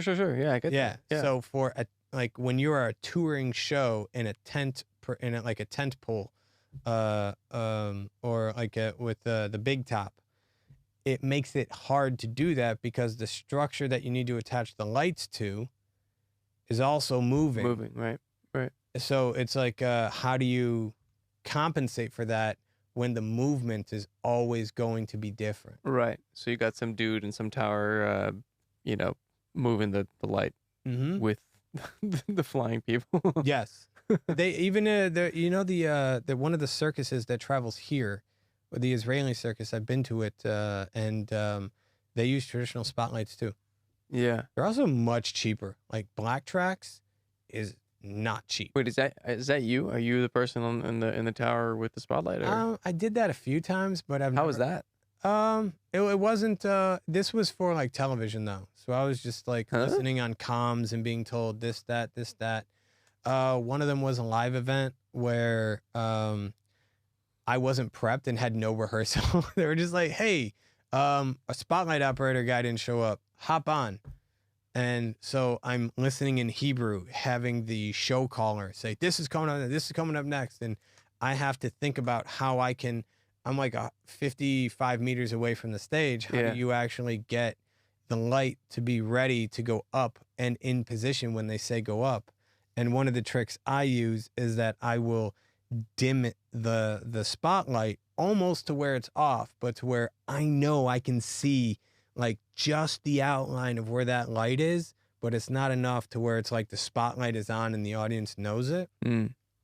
and I can figure out where I will need to, who I might need to be following at that time. And after like 10, 20 minutes, you just get into a rhythm of like figuring out what the show caller will need, where Wow. people are going on and off stage. Yeah. Is there a podium? You just get into the rhythm after a while because Man, it's everything's different. It sounds like all these things are super, super complicated to pull off. TV shows, circus, movies. Is one more difficult than the other? I wouldn't say one's more difficult than the other. I just think they're all difficult in their own way, Okay. depending on what you want to do and what environment you're working in and who you have with you. I think that the people around you will make the world of difference, especially if it's going to be a hard day. But none of the thing, like they're all, to me, it's just how do you say it? Same not same headache, different day. I'm trying to figure out a polite way to same thing, different day. Same like the thing you do on a small show, the same you do on a big show. It's just more of it. And the reason I have the diversity from these different environments was because I needed to make a paycheck. It wasn't because I was like, oh, I liked theater and I was like, let's see if I can go do theater and like this or that. It's more of the fact that I needed a paycheck so that I really wanted to go. And, you know, when TV season was done shooting, Yeah. I needed to find more work. Right. So I would try and find a film. And if I couldn't get onto film, I would do live events in the summer. So and festivals. So it just became like this ebb and flow of like, all right, I'm going to go work with this crew so I can make money for this month. I'm going to go to that crew so I can make money for that month. Mm-hmm. That's really what it was born out of. Mm-hmm. So being able to have the perspective of seeing, okay, well, these are cables. That's a light. It's a lighting board. All right, well, doesn't matter, film, television, theater, whatever. Like that lighting board needs to talk to that light. Like, why do we have to make it complicated if we don't have to make it complicated to get a cable over there? Mm-hmm. The thing that I would say is that does throw me for a loop is virtual production environments where you have you ever seen these? No. Okay, so if you, for instance, Airy sound stages, they have one in Berlin and they have one in the UK. Or what? Airy? Airy, ARRI. Airy is is at the forefront of film technology. Okay. Like you expect them to be coming up with new stuff that like progresses technology in the film industry like regularly. They did it with their going from film to digital, and they've done it with their lights going from traditional sources to LEDs. They were the first company to really have to fully light a feature film with their, I want to say, L7s. Man, I hope my data's right on this. Yeah, and then there was they have now virtual production studios. You know The Mandalorian? What do you call it? Back to the Future? No, The Mandalorian is the new one of the Star Wars spinoffs. Okay. So the way that it's shot is, think about your television has individual pixels, right? Mm-hmm. So the closer those things get together, the higher the resolution over. So like, let's say you want to fill a wall of these. You can't just use the same density of pixels that you would for your home television. Yeah. Because then you'll just see like big gaps in between the pixel. Okay. So that spacing is called P spacing. I'm summarizing this. So the better your P spacing is, the higher the pixel density, and the higher depending on how wide or tall you want the whole wall or screen to be, that's your resolution. Mm-hmm. And you can have software that can see, oh, okay, the wall is this big with this many pixels, and you can put an image on there. Okay. Like you at so that's what that number is. If it's like 4,200 by whatever that random mass number, 12,000 or 1,258 or something like that. Yeah, basically. It's so many pixels by so many pixels. Yeah, Right. like Okay. 1920 by 1080 is Well, standard Whatever. 1080p. Yeah. Right. Okay. So 1920 wide by 1080 up and down. Okay. And what they started doing with one of the big productions recently that in the past few years that got this technology like noticed was two things. It was the Unreal Engine and it was Ares Virtual Production Studios. So what you can do is create stuff. You know Unreal? No. Unreal is a video game. Okay. And their engine, which is like, this is how you build something in our video game world. It's like they call it a video game engine. Okay. So you can build stuff in Unreal in a 3D environment and project it instantaneously onto these displays in front of you. And when you put a camera in front of that person who's standing in front of these displays, you can pan, zoom, tilt, and you can also change the environment as it goes, as the camera tilts, as the camera pans right or left or tilts up and down. You can kind of have some of those 3D environments like change in a certain way so that you can film all in one location. You don't have to go to a desert and the top of a mountain to film these two different scenes in a movie. You could do it in one space in London or Germany, and you would have a whole production facility of some of the best lights, cameras, and sound that you could actually do. Holy shit. Yeah. Arri makes some of the top of the top.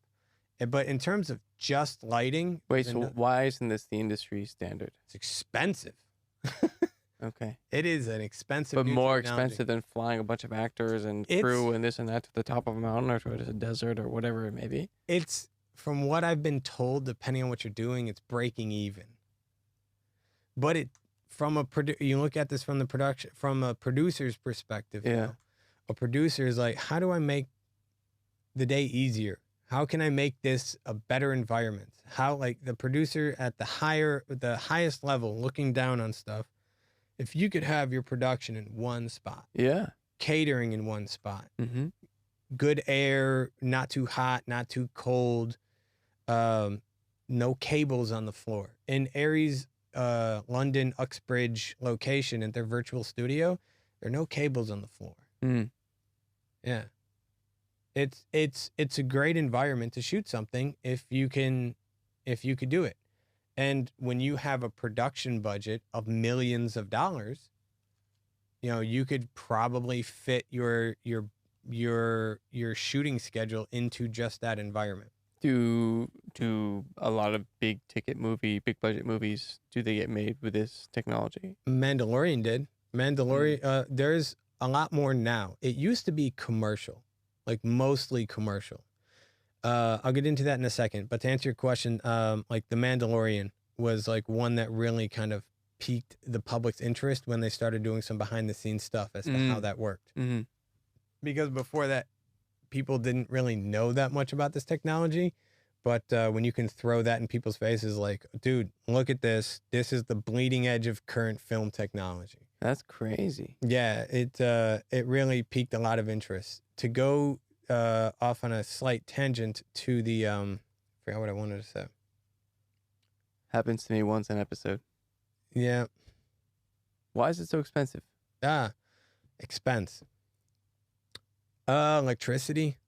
The amount of people that you need who have expertise to do this. The amount of, like, so in London, it's a 270-degree field of just LED pixels. Those take, first off, you need not just a lot of pixels, you need quality pixels. So, for instance, one time I rented lights for theater for a show that I was doing, and the lights didn't turn on until I faded them up to 40%. Some lights you can dim all the way, like even on the wall, like these lights, I can hit the off switch and they slowly dim down. Okay. These lights wouldn't turn on until I turned it up to 40%, so they wouldn't fade on. They would just be on. Okay. And they had a very bad green shift to them. So like people's skin looked greenish. because they were poor quality LEDs. Okay.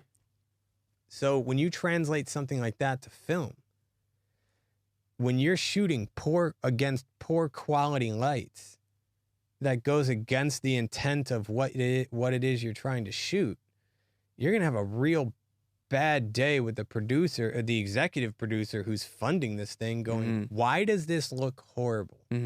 Why doesn't it look like what you proposed? So in this 270-degree field, also there's a roof of LEDs as well. And the roof can be separated into 4 different sections. This is Aries specific London, Uxbridge location. So you have a huge arrays of LED pixels that need to be insanely accurate with their color. They need to be relatively fast in their response time. And you need to have enough of them in terms of longevity where you can't get, like, it's called binning. The way you choose LEDs, you could have like long-lasting, good color. So the higher it is on both of those, both on that graph, as that goes up to the right, like really long-lasting, high color, it's more expensive. So if you want high-quality, long-lasting, low-maintenance, quick response LEDs, you're paying a premium. And I'm assuming this isn't something I could just buy at a store that sells lamps or something. You can. No. You basically think about it like a TV. Yeah. How about this monitor right over here? So this display, I can tell you for sure that display is not color accurate.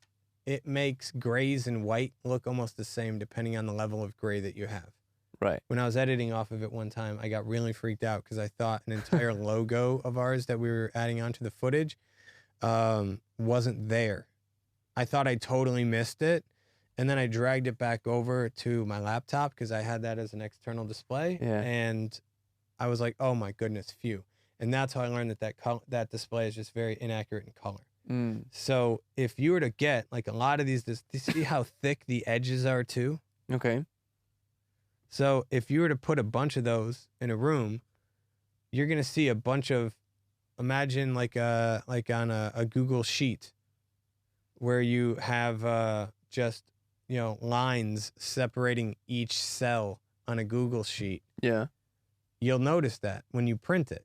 Right. So if you're watching on a movie that has with screens that have those big fat lines in between them, it's going to take you out. You're going to be like, oh, I'm looking at monitors. So how do you not just get all those pixels together, but how do you get them so close, one panel at a time, so close, you can't tell where they start and end? Okay. And that's a rigging department situation. Right. Which is essentially how we view things, right? Yeah. Like it all just sort of blends in, like your skin, your hair. I can't exactly tell when one ends and when one begins, right? Right. That's interesting. So I didn't realize it was that difficult or expensive, at least, to reproduce that on a film set.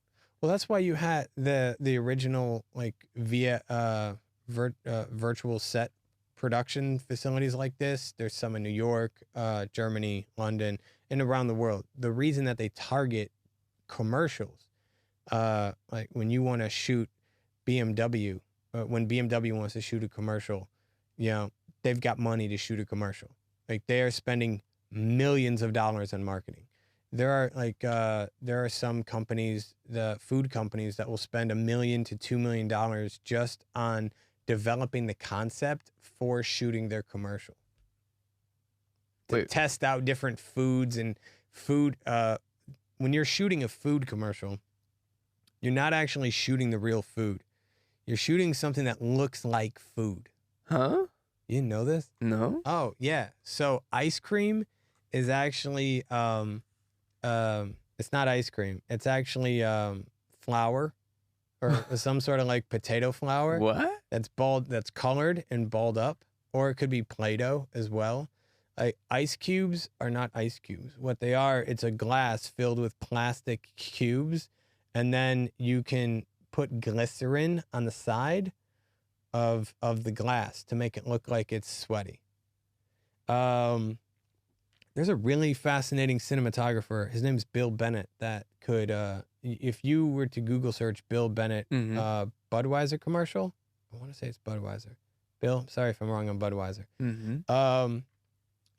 He explicitly only does commercial photography.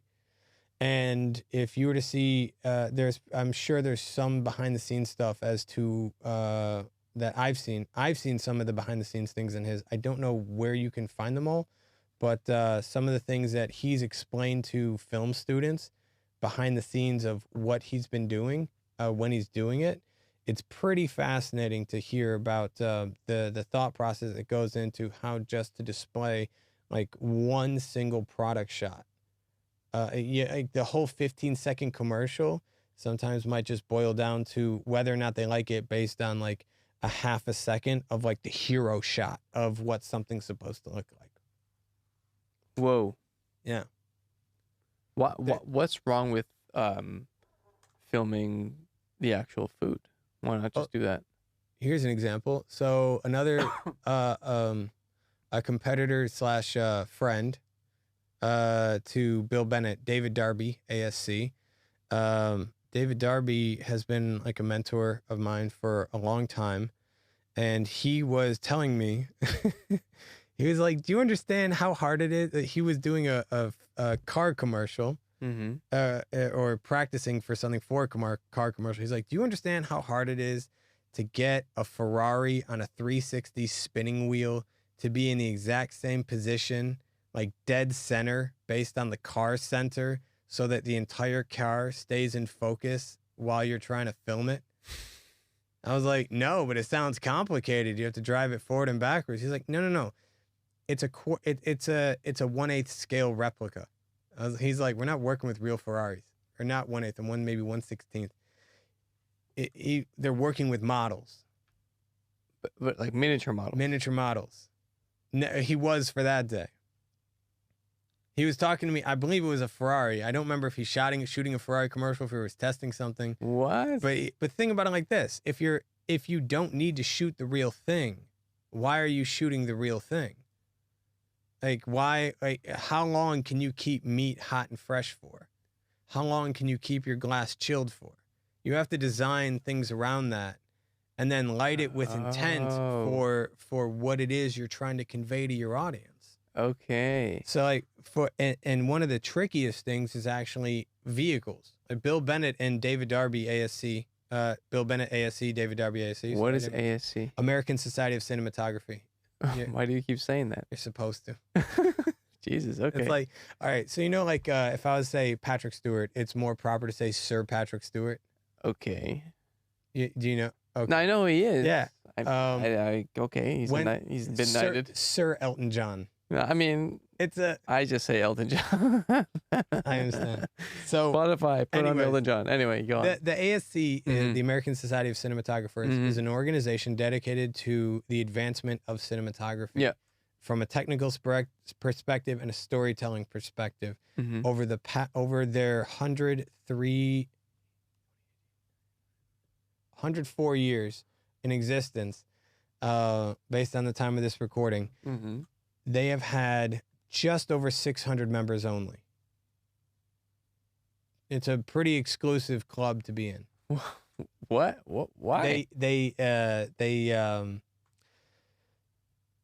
It's basically the elite of cinematographers. Okay.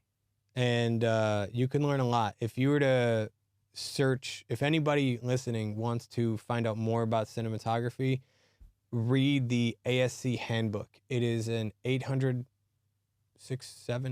page manual just about cinematography. Wow. And goes into the very technical specifics. And at the end, there are appendices that literally talk about lens correction, color correction. So like if you're doing something on set and you're using this, you can look in the appendix of what you're trying to correct for, and it will give you mathematical formulas for like, you should take a look at that. It might not be exactly what you want, but that ASC manual is a very, very helpful thing. Wow. But okay, So, but why is it so elitist it's for such a blue collar?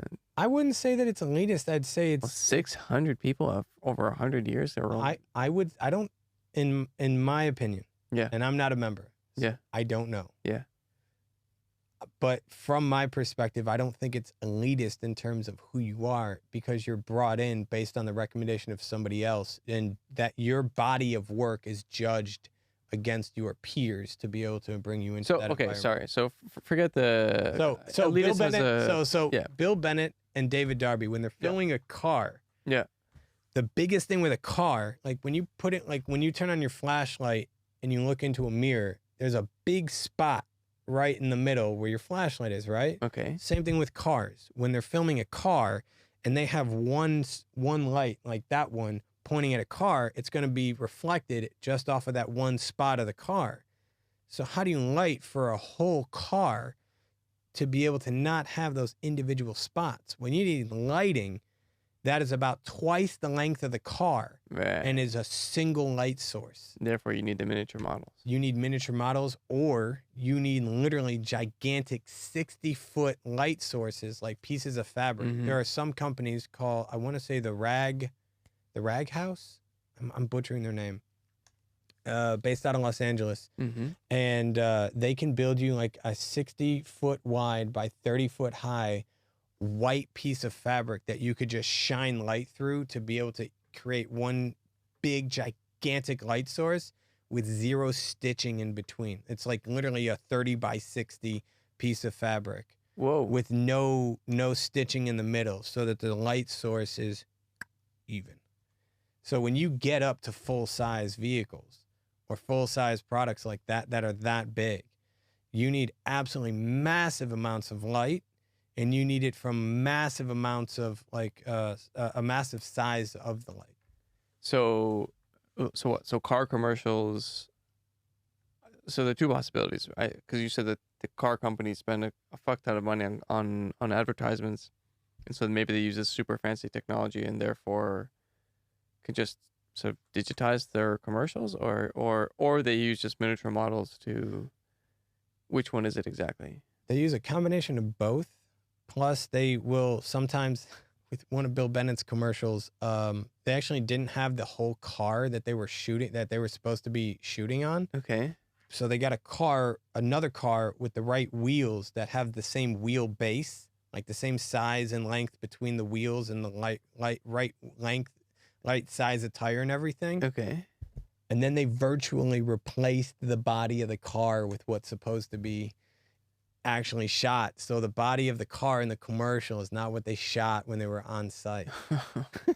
And then there's some commercials that are literally the whole car the whole time, a real car. And some of them, some other commercials are just 100% virtual with nothing done in person. It's all done on computers. It's so wild, man. Like, imagine, I mean, you're trying to entice people to buy whatever product you're trying to sell, Mm-hmm. and the product that you're looking at isn't the thing that you're being enticed to buy to begin with. So weird. With marketing, you're trying to build an audience and engage your audience and build a relationship with them. I don't think that so many people expect exactly what they see on their phone or TV to literally look exactly 100% shiny, and the exact same shininess is what they see in real life versus the screen. If it's close enough and you got good marketing and you can get good salespeople to help sell your product, it's a whole big circle from that aspect. If you're talking about specifically having a product that needs to be sold, it's about building brand awareness, engaging your audience, creating a relationship, and building a community around it to help drive your company forward. Yeah, I mean, that's the marketing and like. I could see the ROI point. side. I could see the point, like for example, with food, right? If it looks close enough to the real thing, Yeah. it's not really the look that you're after; it's the taste, Correct. right? And Yeah. that you can't capture in images. There are some TVs out of Japan that have smells that are reproduced. What? How does that even work? I don't know. It's so weird. I was watching a video about it, going, I really want to try it, but at the same time, it's like, you can't recreate grandma's kitchen. You can't. Right. There's just some things that Right. you'll never hit and you can get close, but like trying to mix. I mean, you can make colognes, perfumes, things Yeah. like that. Stuff that's mass produced, you can. Yeah. I mean, it all smells the same, right? Yeah, but there was a TV that was made in Japan or maybe it was China that was specifically it was like smell-o-vision TV. This was pretty recent within the past few years. No way, man. Never really took off, but yeah, they did it. But yeah, with food, it's about, think about the lights. So like Aerie or even their competitor, Mole Richardson. Mm-hmm. Mole Richardson has been doing film lights for a very long time, specifically also TV and film lights. They're like that. They're huge in that area. And when let's say you have ice cream and you want to photograph ice cream in a commercial and it's taking a half hour to get the shot set up. Well, when your ice cream starts melting, the reflection of the lights are going to be different off the ice cream because your ice cream is melting. So it's like, what do you do to make your ice cream not melt? Well, you need to come up with a way to make something look like ice cream that's not ice cream. Mm-hmm. But food specifically, there's huge industries behind. There's a huge industry behind that, dedicated just to figuring out what the product looks like as it's going to be filmed and how you're going to light it. And lighting gets real specific with commercials like that. Very specific. There are very detailed conversations with a lot of heads about, I like the lighting like over here, but then this one spot, and I'm not sure. It's like, hey, listen, they're the ones paying the bill.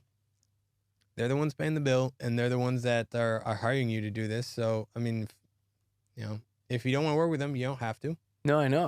But it's wild. Who other than obviously people who are in this industry? Yeah. Who the fuck knows this, right? Yeah, you really don't. It's not something that most people think about. Right. Yeah. But when you explain it, it makes total sense. Like, let's say I'm filming a commercial about hamburgers. I mean, how many patties am I gonna get until I get the right shot of the thing coming off the grill with the the juices flying around? You'll need to take, I don't know, at least 20 patties, maybe more. I have no idea, right? I don't know how many of these takes you need, or you could just get something that's reusable and more or less looks like it, and that's it. Yes. Much cheaper, much easier. There's, man, I saw this thing. I think it was on LinkedIn. I could look for it and send it to you. There was a behind the scenes of this one company that just does food commercials. Yeah. And I believe is in the UK. I think that's what I was looking at. Wow. Was in the UK. And I could hear about the set designer was like, okay, so we have this kitchen or we have this we're supposed to be in a restaurant, and yeah. like, well, she would just go and buy something for this production that could then be reused on a whole nother production. Yeah. And they have to build the environment around of what it's going to be and what the lighting's going to look like in there, and it's a real the food commercial industry is. If you're good at the high end, you're working with multi-million-dollar commercials over a hamburger. So the money can be there.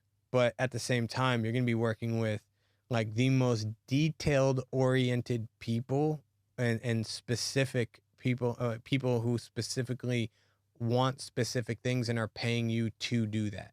So it might go against your creative vision depending on what what they want versus what you think is a cool idea. Yeah. But at the end of the day, they're the client. And you have to respect what they want. Right. Wow. Who knew, man? And all of this that I've learned all came from just working in lighting. Yeah. Because I just wanted to learn more. I just wanted to understand more. And then like I got to a point where I don't have any work. I got to go make more money. So then I started working in these different environments. Yeah. Like I said earlier, that gave me a better perspective on it's what you do on a small show is what you do on a big show. And just because it might be live here or pre-recorded here or commercial over here, it's really similar. You got people who have money that want something made, and you have creative people that can do it, and there's logistics about how to do it. And the hierarchy, there's a hierarchy. I told you, remember I talked to you about the director, then the first AD, second AD, second sec. Yeah. There's a hierarchy on set where understanding who to talk to about what's going on. Like if the director's in the middle of trying to block a scene and you have a question that they don't need to answer right now because they're very busy, who do you ask that question to? Okay. Do you ask it to your department head? Do you ask it to possibly somebody else? And who would that somebody else be? Like understanding the hierarchy and respecting that hierarchy, I feel is something that anyone who gets into this industry, as you would ask, like talked about before, needs to understand. And if you break that hierarchy, you need to know why. Like the rules, like they say, rules are meant to be broken, or like filming rules. There's a rule in film where you don't break 180 degrees. So What? Exactly. It's the 180-degree rule. So I'm filming you from here. We all know that you're here looking this way. Okay. And then all of a sudden we go from the other side of you looking this way. It's like, why did we do that? That's very like jarring to the audience from a lighting perspective, from like a perspective on screen. So right now you're on the right side, and that from the other side you'd be on the left, and we're looking over your shoulder. There's instances when you can break that rule. Let's say you're shooting a car that's supposed to be driving, that's actually on a racetrack and is going 250 miles an hour like a Bugatti. All right. Everybody knows no matter what angle you shoot that car from, it goes, if all of a sudden you're on the side and it goes, and then you're behind it, following it, and then you come in front of it and it goes past you, everybody knows it's going that way. Mm-hmm. There's no confusion that the action is taking you that way. Mm-hmm. So if there's certain, like that 180-degree rule, you can break it. Is why. So same thing with hierarchy on a set. If you're going to break that hierarchy, why are you going to? Sounds like fertile ground for pranks. It is. Oh my God. Like a rookie. Yes. Oh my goodness. It's like, yeah, go ask the director. He's fine. He's cool. So do you know? Okay. So we've got the audio device here, and then the video device there synced with the audio mix. Mm-hmm.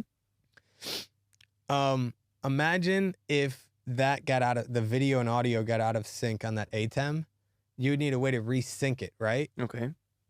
So, at the beginning of a shot, they have that clapper, like, take one, action. Yeah. Okay. So, something you can do to rookies. And I don't recommend this unless you actually know your whole crew and know that you yourself won't get fired for telling a rookie to do this. And also, if you do this on a set, you have to realize you're going to now spend like 2 minutes out of a day where people are, how many people are on set that you're paying hundreds of dollars per day? How much does each minute cost? So if you screw up the day because you're trying to be funny, if it's a new guy who doesn't know and you put him into that position and that screws up our day, I would have a talking to the guy that told him about it. I would tell that rookie, be like, dude, don't even worry about it. Wasn't your fault. You didn't know. But this is what it's called. It's called middle sticks. Okay. So not in between takes. Wow. Before the take comes to an end, while the actors are still going, have a rookie run into the scene and just start going with the clacker. You can say middle sticks and start clacking the thing together. Oh no. Oh, shout out to Scottsdale Community College Film School for that one. But that must be a known thing. Thanks, guys. Like if veteran actors all of a sudden see some random person like middle sticks, like, okay. It depends on who you're working with. I hope that someone have good enough sense to know to not go in there. But if, like, let's say you're a department head, and you have a rookie go interrupt what could have been a good take. Ooh. Yeah. And especially, remember, you're shooting, now we have data cards, so you can erase something. But when you were shooting on film, yeah. And let's say it's like a 5-minute shot. Yeah. You know how much 5 minutes of film costs? Oh, wow. Okay. Not cheap. Wow. Yeah. So no wonder these sets are such charged. They can be such charged environments. They can be, but they can be great environments. I think charged in a good way. When when we do something here that I have the opportunity to help out on because it's an internal project, Yeah. I try to make sure that everybody, first off, here's how I want there to be high energy. I always want high energy. I don't want people to come in and have low energy. Mm. I've got a big speaker that I start playing music on. I like to be the first one here. I get music going. I open up the studio, and my priorities for the day are we doing it safe? Because if it's not safe, we stop and fix. Rule number 1. So, are we doing it safe? Are we having fun? Because if we're not having fun, like why are you here if this is like unbelievably exhausting? Mm. And then are we getting what we need to? Are Yeah. we shooting and getting what we need to shoot and get? Yeah. And I put fun above that because if you have a bad attitude, if you have a grumpy attitude, like some people might have. There've been instances that you could find on the internet of like celebrities flipping out on someone from Yeah. behind the scenes. Yeah.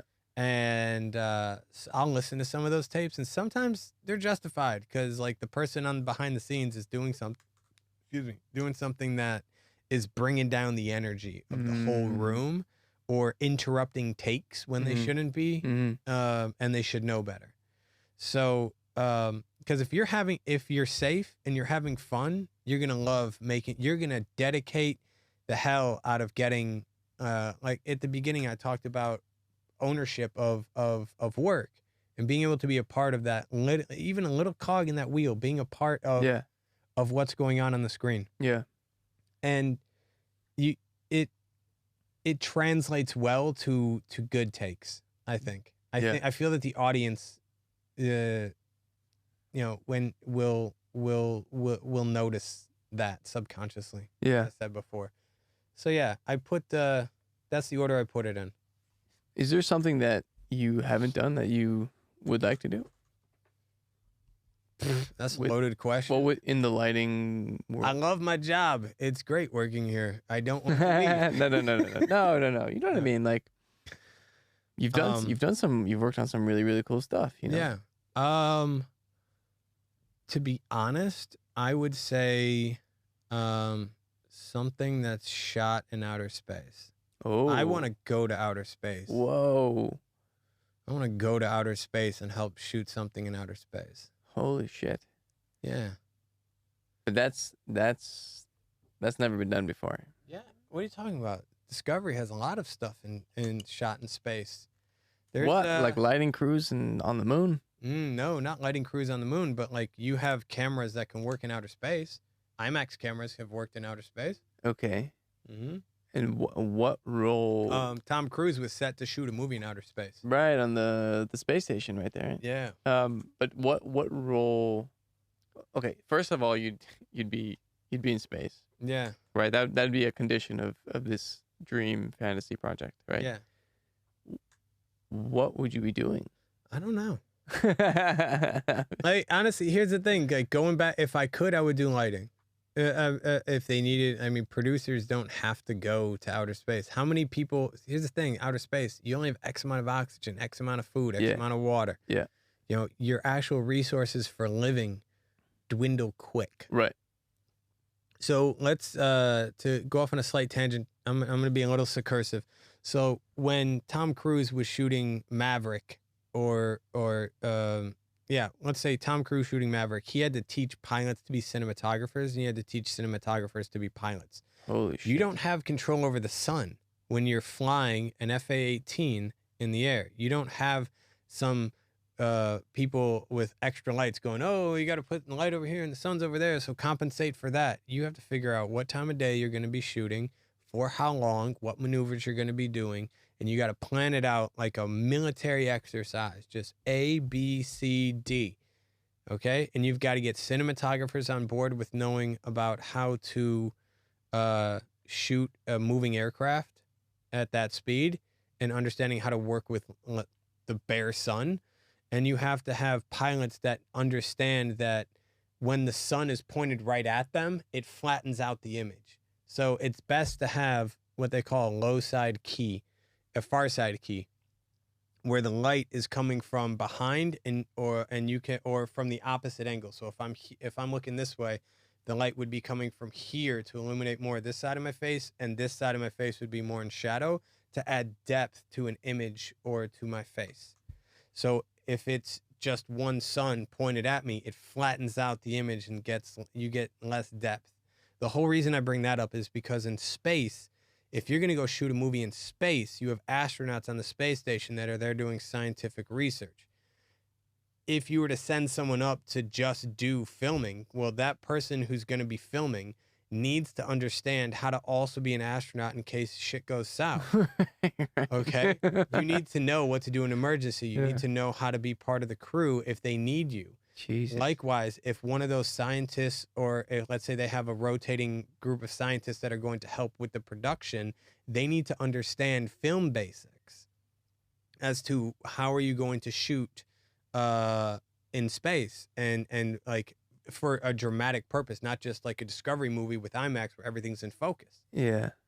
There is one cinematographer. I don't know if he's a cinematographer, but I mean, I would call him a cinematographer. He and Bill Bennett and another woman who's also a cinematographer, I forget the lady's name. I forget this astronaut's name too. They circumnavigated the globe from north to south pole. And he was talking about the astronaut who was with Bill Bennett and this other lady. Those three were talking about cinematography during the time of how things are when you shoot them in space versus on the ground, and how they were filmed. Anyways, it was this really great insight into this guy's mind. I forget his name, but he's written books on this stuff. On filming in space. In space? I think he has. I really want to say he has. Okay. Why? I hate that you took away my phone. So there are going to be some people fact checking this episode. I don't think anyone's that diligent. No, look, we're just two dudes talking, man. This isn't a fucking test. Yeah, for me, it's all about like there's things that in school that you'll learn. You might not understand that concept, but when you attach it, when you finally get this one piece of the puzzle, you can apply that to figure out the rest of it. Yeah. That's what lighting does for me in these situations. It helps me visualize what the end product is supposed to look like. Yeah. To be able to then have an understanding of where to start at. Because if I can see what I want the end result to look like, I can start working back all the way down to a two-dimensional diagram on a napkin of, all right, so this shot should look like this. Yeah. But for me, that's lighting. For other people, it's just camera. For some other people, it's what does the environment sound like? So let's say you're a sound guy and you're in the jungle, and what is the marsh swamp area with the on a cloudy day with a little bit of wind sound like when someone claps their hand? What does it sound like when somebody moves like one of the bushes? How many other bushes is it going to move? And then you could start to visualize the environment based off of the sound reflections because you understand sound. Yeah. Do you I just had this question pop into my mind, but do you find yourself to be overwhelmingly a visual person? Like you learn best through visuals, or do you, like, for example, do you play music? Do you why is that a funny question? I have a lot of artist friends that have asked me, so what instrument do you play? I forget. I don't play an instrument. Right. I play lighting board. That's my that is my way of broadcasting art. You have to be there to see it. Yeah. So you really do translate the world through images. Yeah, I'm a very visual learner. Right. I'm an extremely visual learner. Right. That's cool. I don't know. No, because like, for example, I've got more of a writerly temperament, and I think in images, but insofar as they are just depicted in words. Right. That's just how my brain works. Well, you were the bureau chief. Right. I was. You had to know. You had to be able to see those words. If those words didn't jump off the paper to you, like literally. Yeah. I mean, wouldn't that be wouldn't that be a sign of this article could be better? Yeah, no, and I mean this is common amongst a lot of journalists that they will get really excited by a sentence they write or a sentence they read or even a particular turn of phrase that they'll see on a page and think, oh yeah, that's it, yeah, right. Mm-hmm. Whereas if you put any of us and like make us do what you do, we'd be terrible. Right? I don't know where to aim the light. As some dude is flying off a trapeze, like I wouldn't have no idea where to start. Well, it's not even. Let's take it to my apartment that I've been. Yeah. Even though I'm on vacation, I'm like I'm building furniture, painting, and redoing the electrical work. Some of the electrical work in the apartment and things. Yeah. This building was made in 1962. Like, you try and plug stuff into the outlets, they don't stay in there; they just fall out. Okay. So one of the lights that I put in was an overhead LED light in a circle. That's a circle about this big, and it was for a mirpesset. Not a it was like a small mirpesset kind of that we have. Yeah, balcony for any that don't know. Yeah. Yeah, balcony. And it's adjacent to the kitchen. So I was trying to figure out, and it's got a glass, so it's got a door with a glass window so you can see through from the balcony to the kitchen. Okay. And I was trying to figure out where to put this light in the balcony, because I wanted the lighting to be in the balcony to not flood into the kitchen. Because if think about it like this, you have X amount of watts of a light, okay? And those lights produce, the amount of watts that a light uses, it costs energy. It costs money to generate that. Mm-hmm. So if I have a light that is on the balcony and shines a great deal of its photons into the kitchen, then I'm kind of robbing the balcony of some of the photons that could stay in that area. Okay. So what I wound up doing is putting that light as close to the wall and as high as possible on the ceiling, and as almost very close to the wall where the door is, with the window on it that touches that goes to the kitchen. Mm-hmm. So with the fact that the whole balcony is painted white, light reflects better off of white objects. I have only about a couple centimeters or inches of light from the balcony directly spilling into the kitchen on the floor in front of the door. So all of the photons in that area from that light are mostly staying in the balcony and create a nice, very bright, evenly lit balcony. And even though it's only one light, it has very little shadows because of how much light is being thrown around, and the less amount of the when I say spill, it means like literally you spill soup on the floor and it goes like that way. There's no extra light spilling into the kitchen, wasting those photons. They're staying inside the balcony. Why is it a waste? Because I wanted the lighting to be, I want the balcony to, if I'm only putting one light on the balcony, I want it to be as effective as possible. I want every light bulb that I put where I put them to be with a specific intent, with a specific intensity, so that the environment that I walk around in, the lighting is how I want it to be. Whether someone else likes it or doesn't like it, it's my apartment. So I don't, other than my wife, I don't really care about anyone else's opinion. That's cool. I'm just curious what you mean by a waste. Like, here's the thing. Like, who cares if it goes a little bit into? I care. No, I know, but like, what's the? You know what I mean? What are the drawbacks? What are the drawbacks? Yeah, it's less. It's a less effective light for that area. Mm-hmm. So if I was to, let me put it like, here's an example. If, instead of these little lights, if I had a much bigger light that shining on me, that also illuminated the background too much as well. Mm-hmm. Like now that's just wasted photons, because even though there's a lot of light, it's doing more than I need it to. Whereas if I only have a small light, I need it to be the most effective as possible. I need to put it in a way where I'm not going to be able to adjust things afterwards. I need it to be in a spot where I know that its effectiveness of where it is exactly what I want for the environment that it's in. Okay.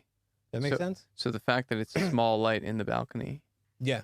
that also forces you to say, okay, we're going to maximize this for the balcony. Yeah. Right, as much as possible. Yeah. And is there a certain mood that you're trying to create on the balcony? Not really. It was more of like these warmer, what we call orange or warmer tungsten style lights. Mm-hmm. Even though they're LEDs, some LEDs are blue, orangish. No, but okay. I mean, you mentioned it before. Yeah, blue is more specifically like daylight, and then tungsten is more like old traditional tungsten light bulbs that would get hot yeah. So I just want things to be more like warm, like a traditional household color, like the same color that would be produced by a traditional household light bulb, a tungsten light bulb. Mm-hmm. Yeah. So it makes it more cozier and warmer. Just at the end of the day, like I'm not staring at when I'm staring at so many screens all day. I like to not have as much blue LEDs in my face as possible. Yeah, it just occurred to me that, I mean, the whole point of light bulbs is essentially to recreate the effect of fire, essentially, right? Candles, but I mean, it's really that fire that gives the light. It's not sunlight. You don't turn on the light bulbs when there's plenty of sunlight outside. Right.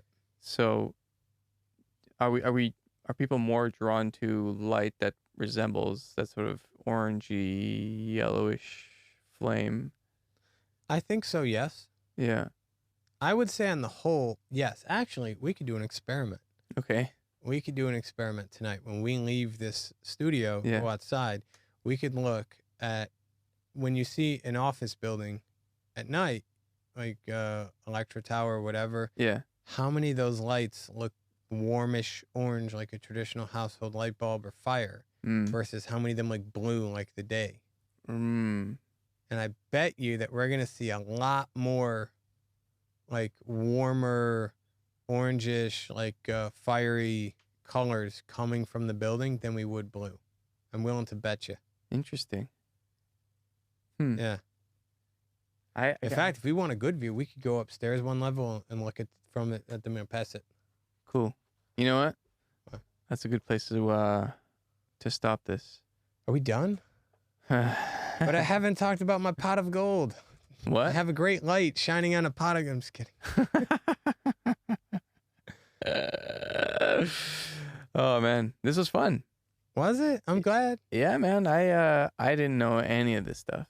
I also it's so cool to talk to someone that really thought about it. Like, you really thought about this stuff. I think about lighting in the most inopportune times because I will be trying to have a conversation with somebody and get distracted. I will, when I put on music, I close my eyes and I see shapes and colors. Huh? Yeah, shapes and colors. Okay, wait.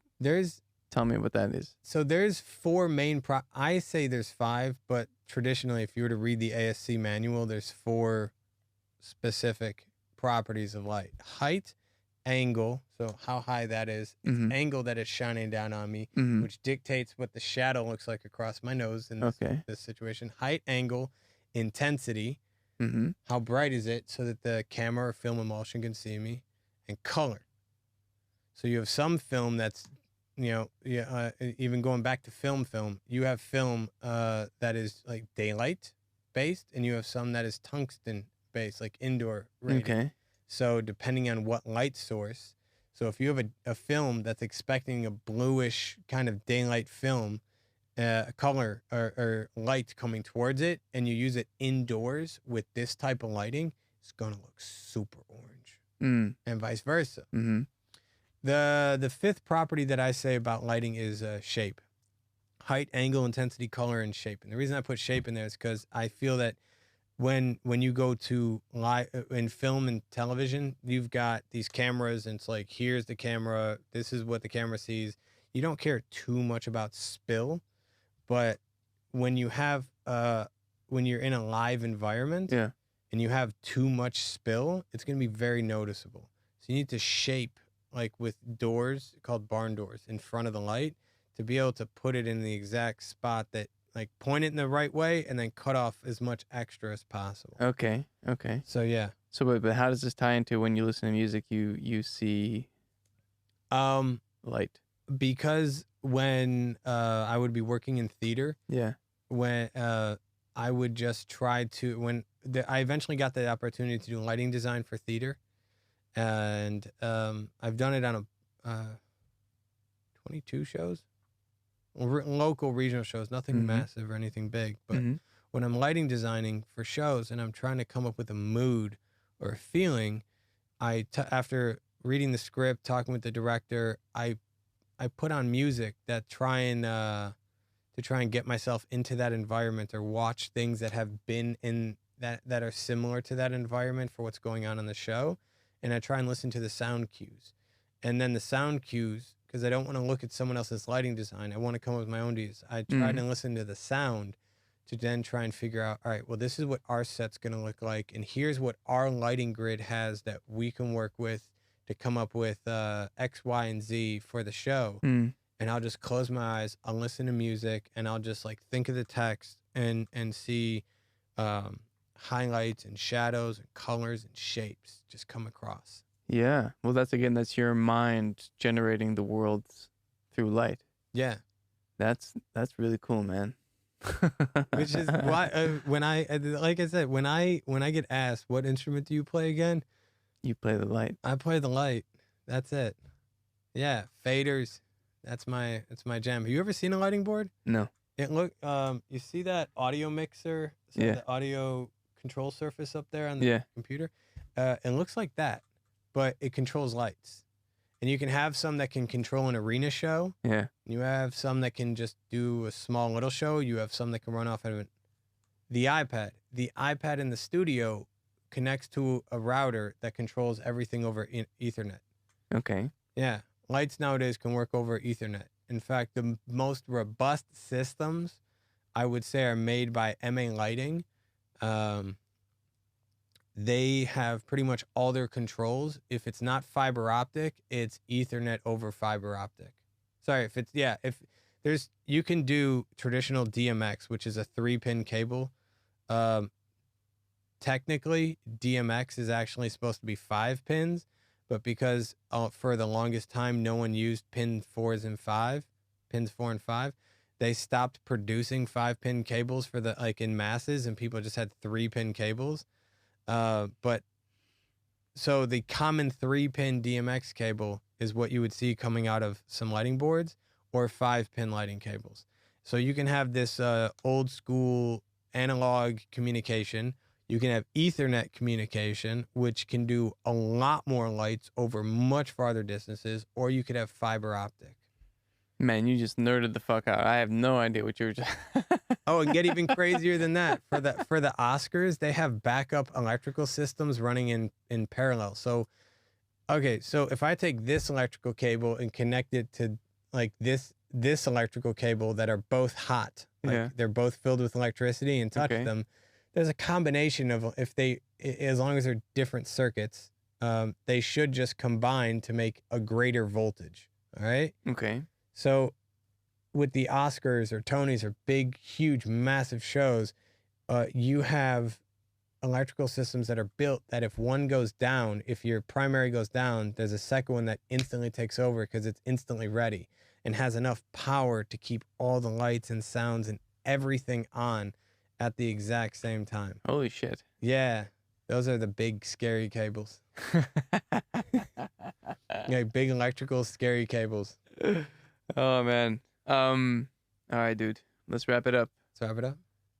Cool. This was fun, man. Wait, hang on. My daughter asked me to wear that. All right, man. All right. See ya. See ya.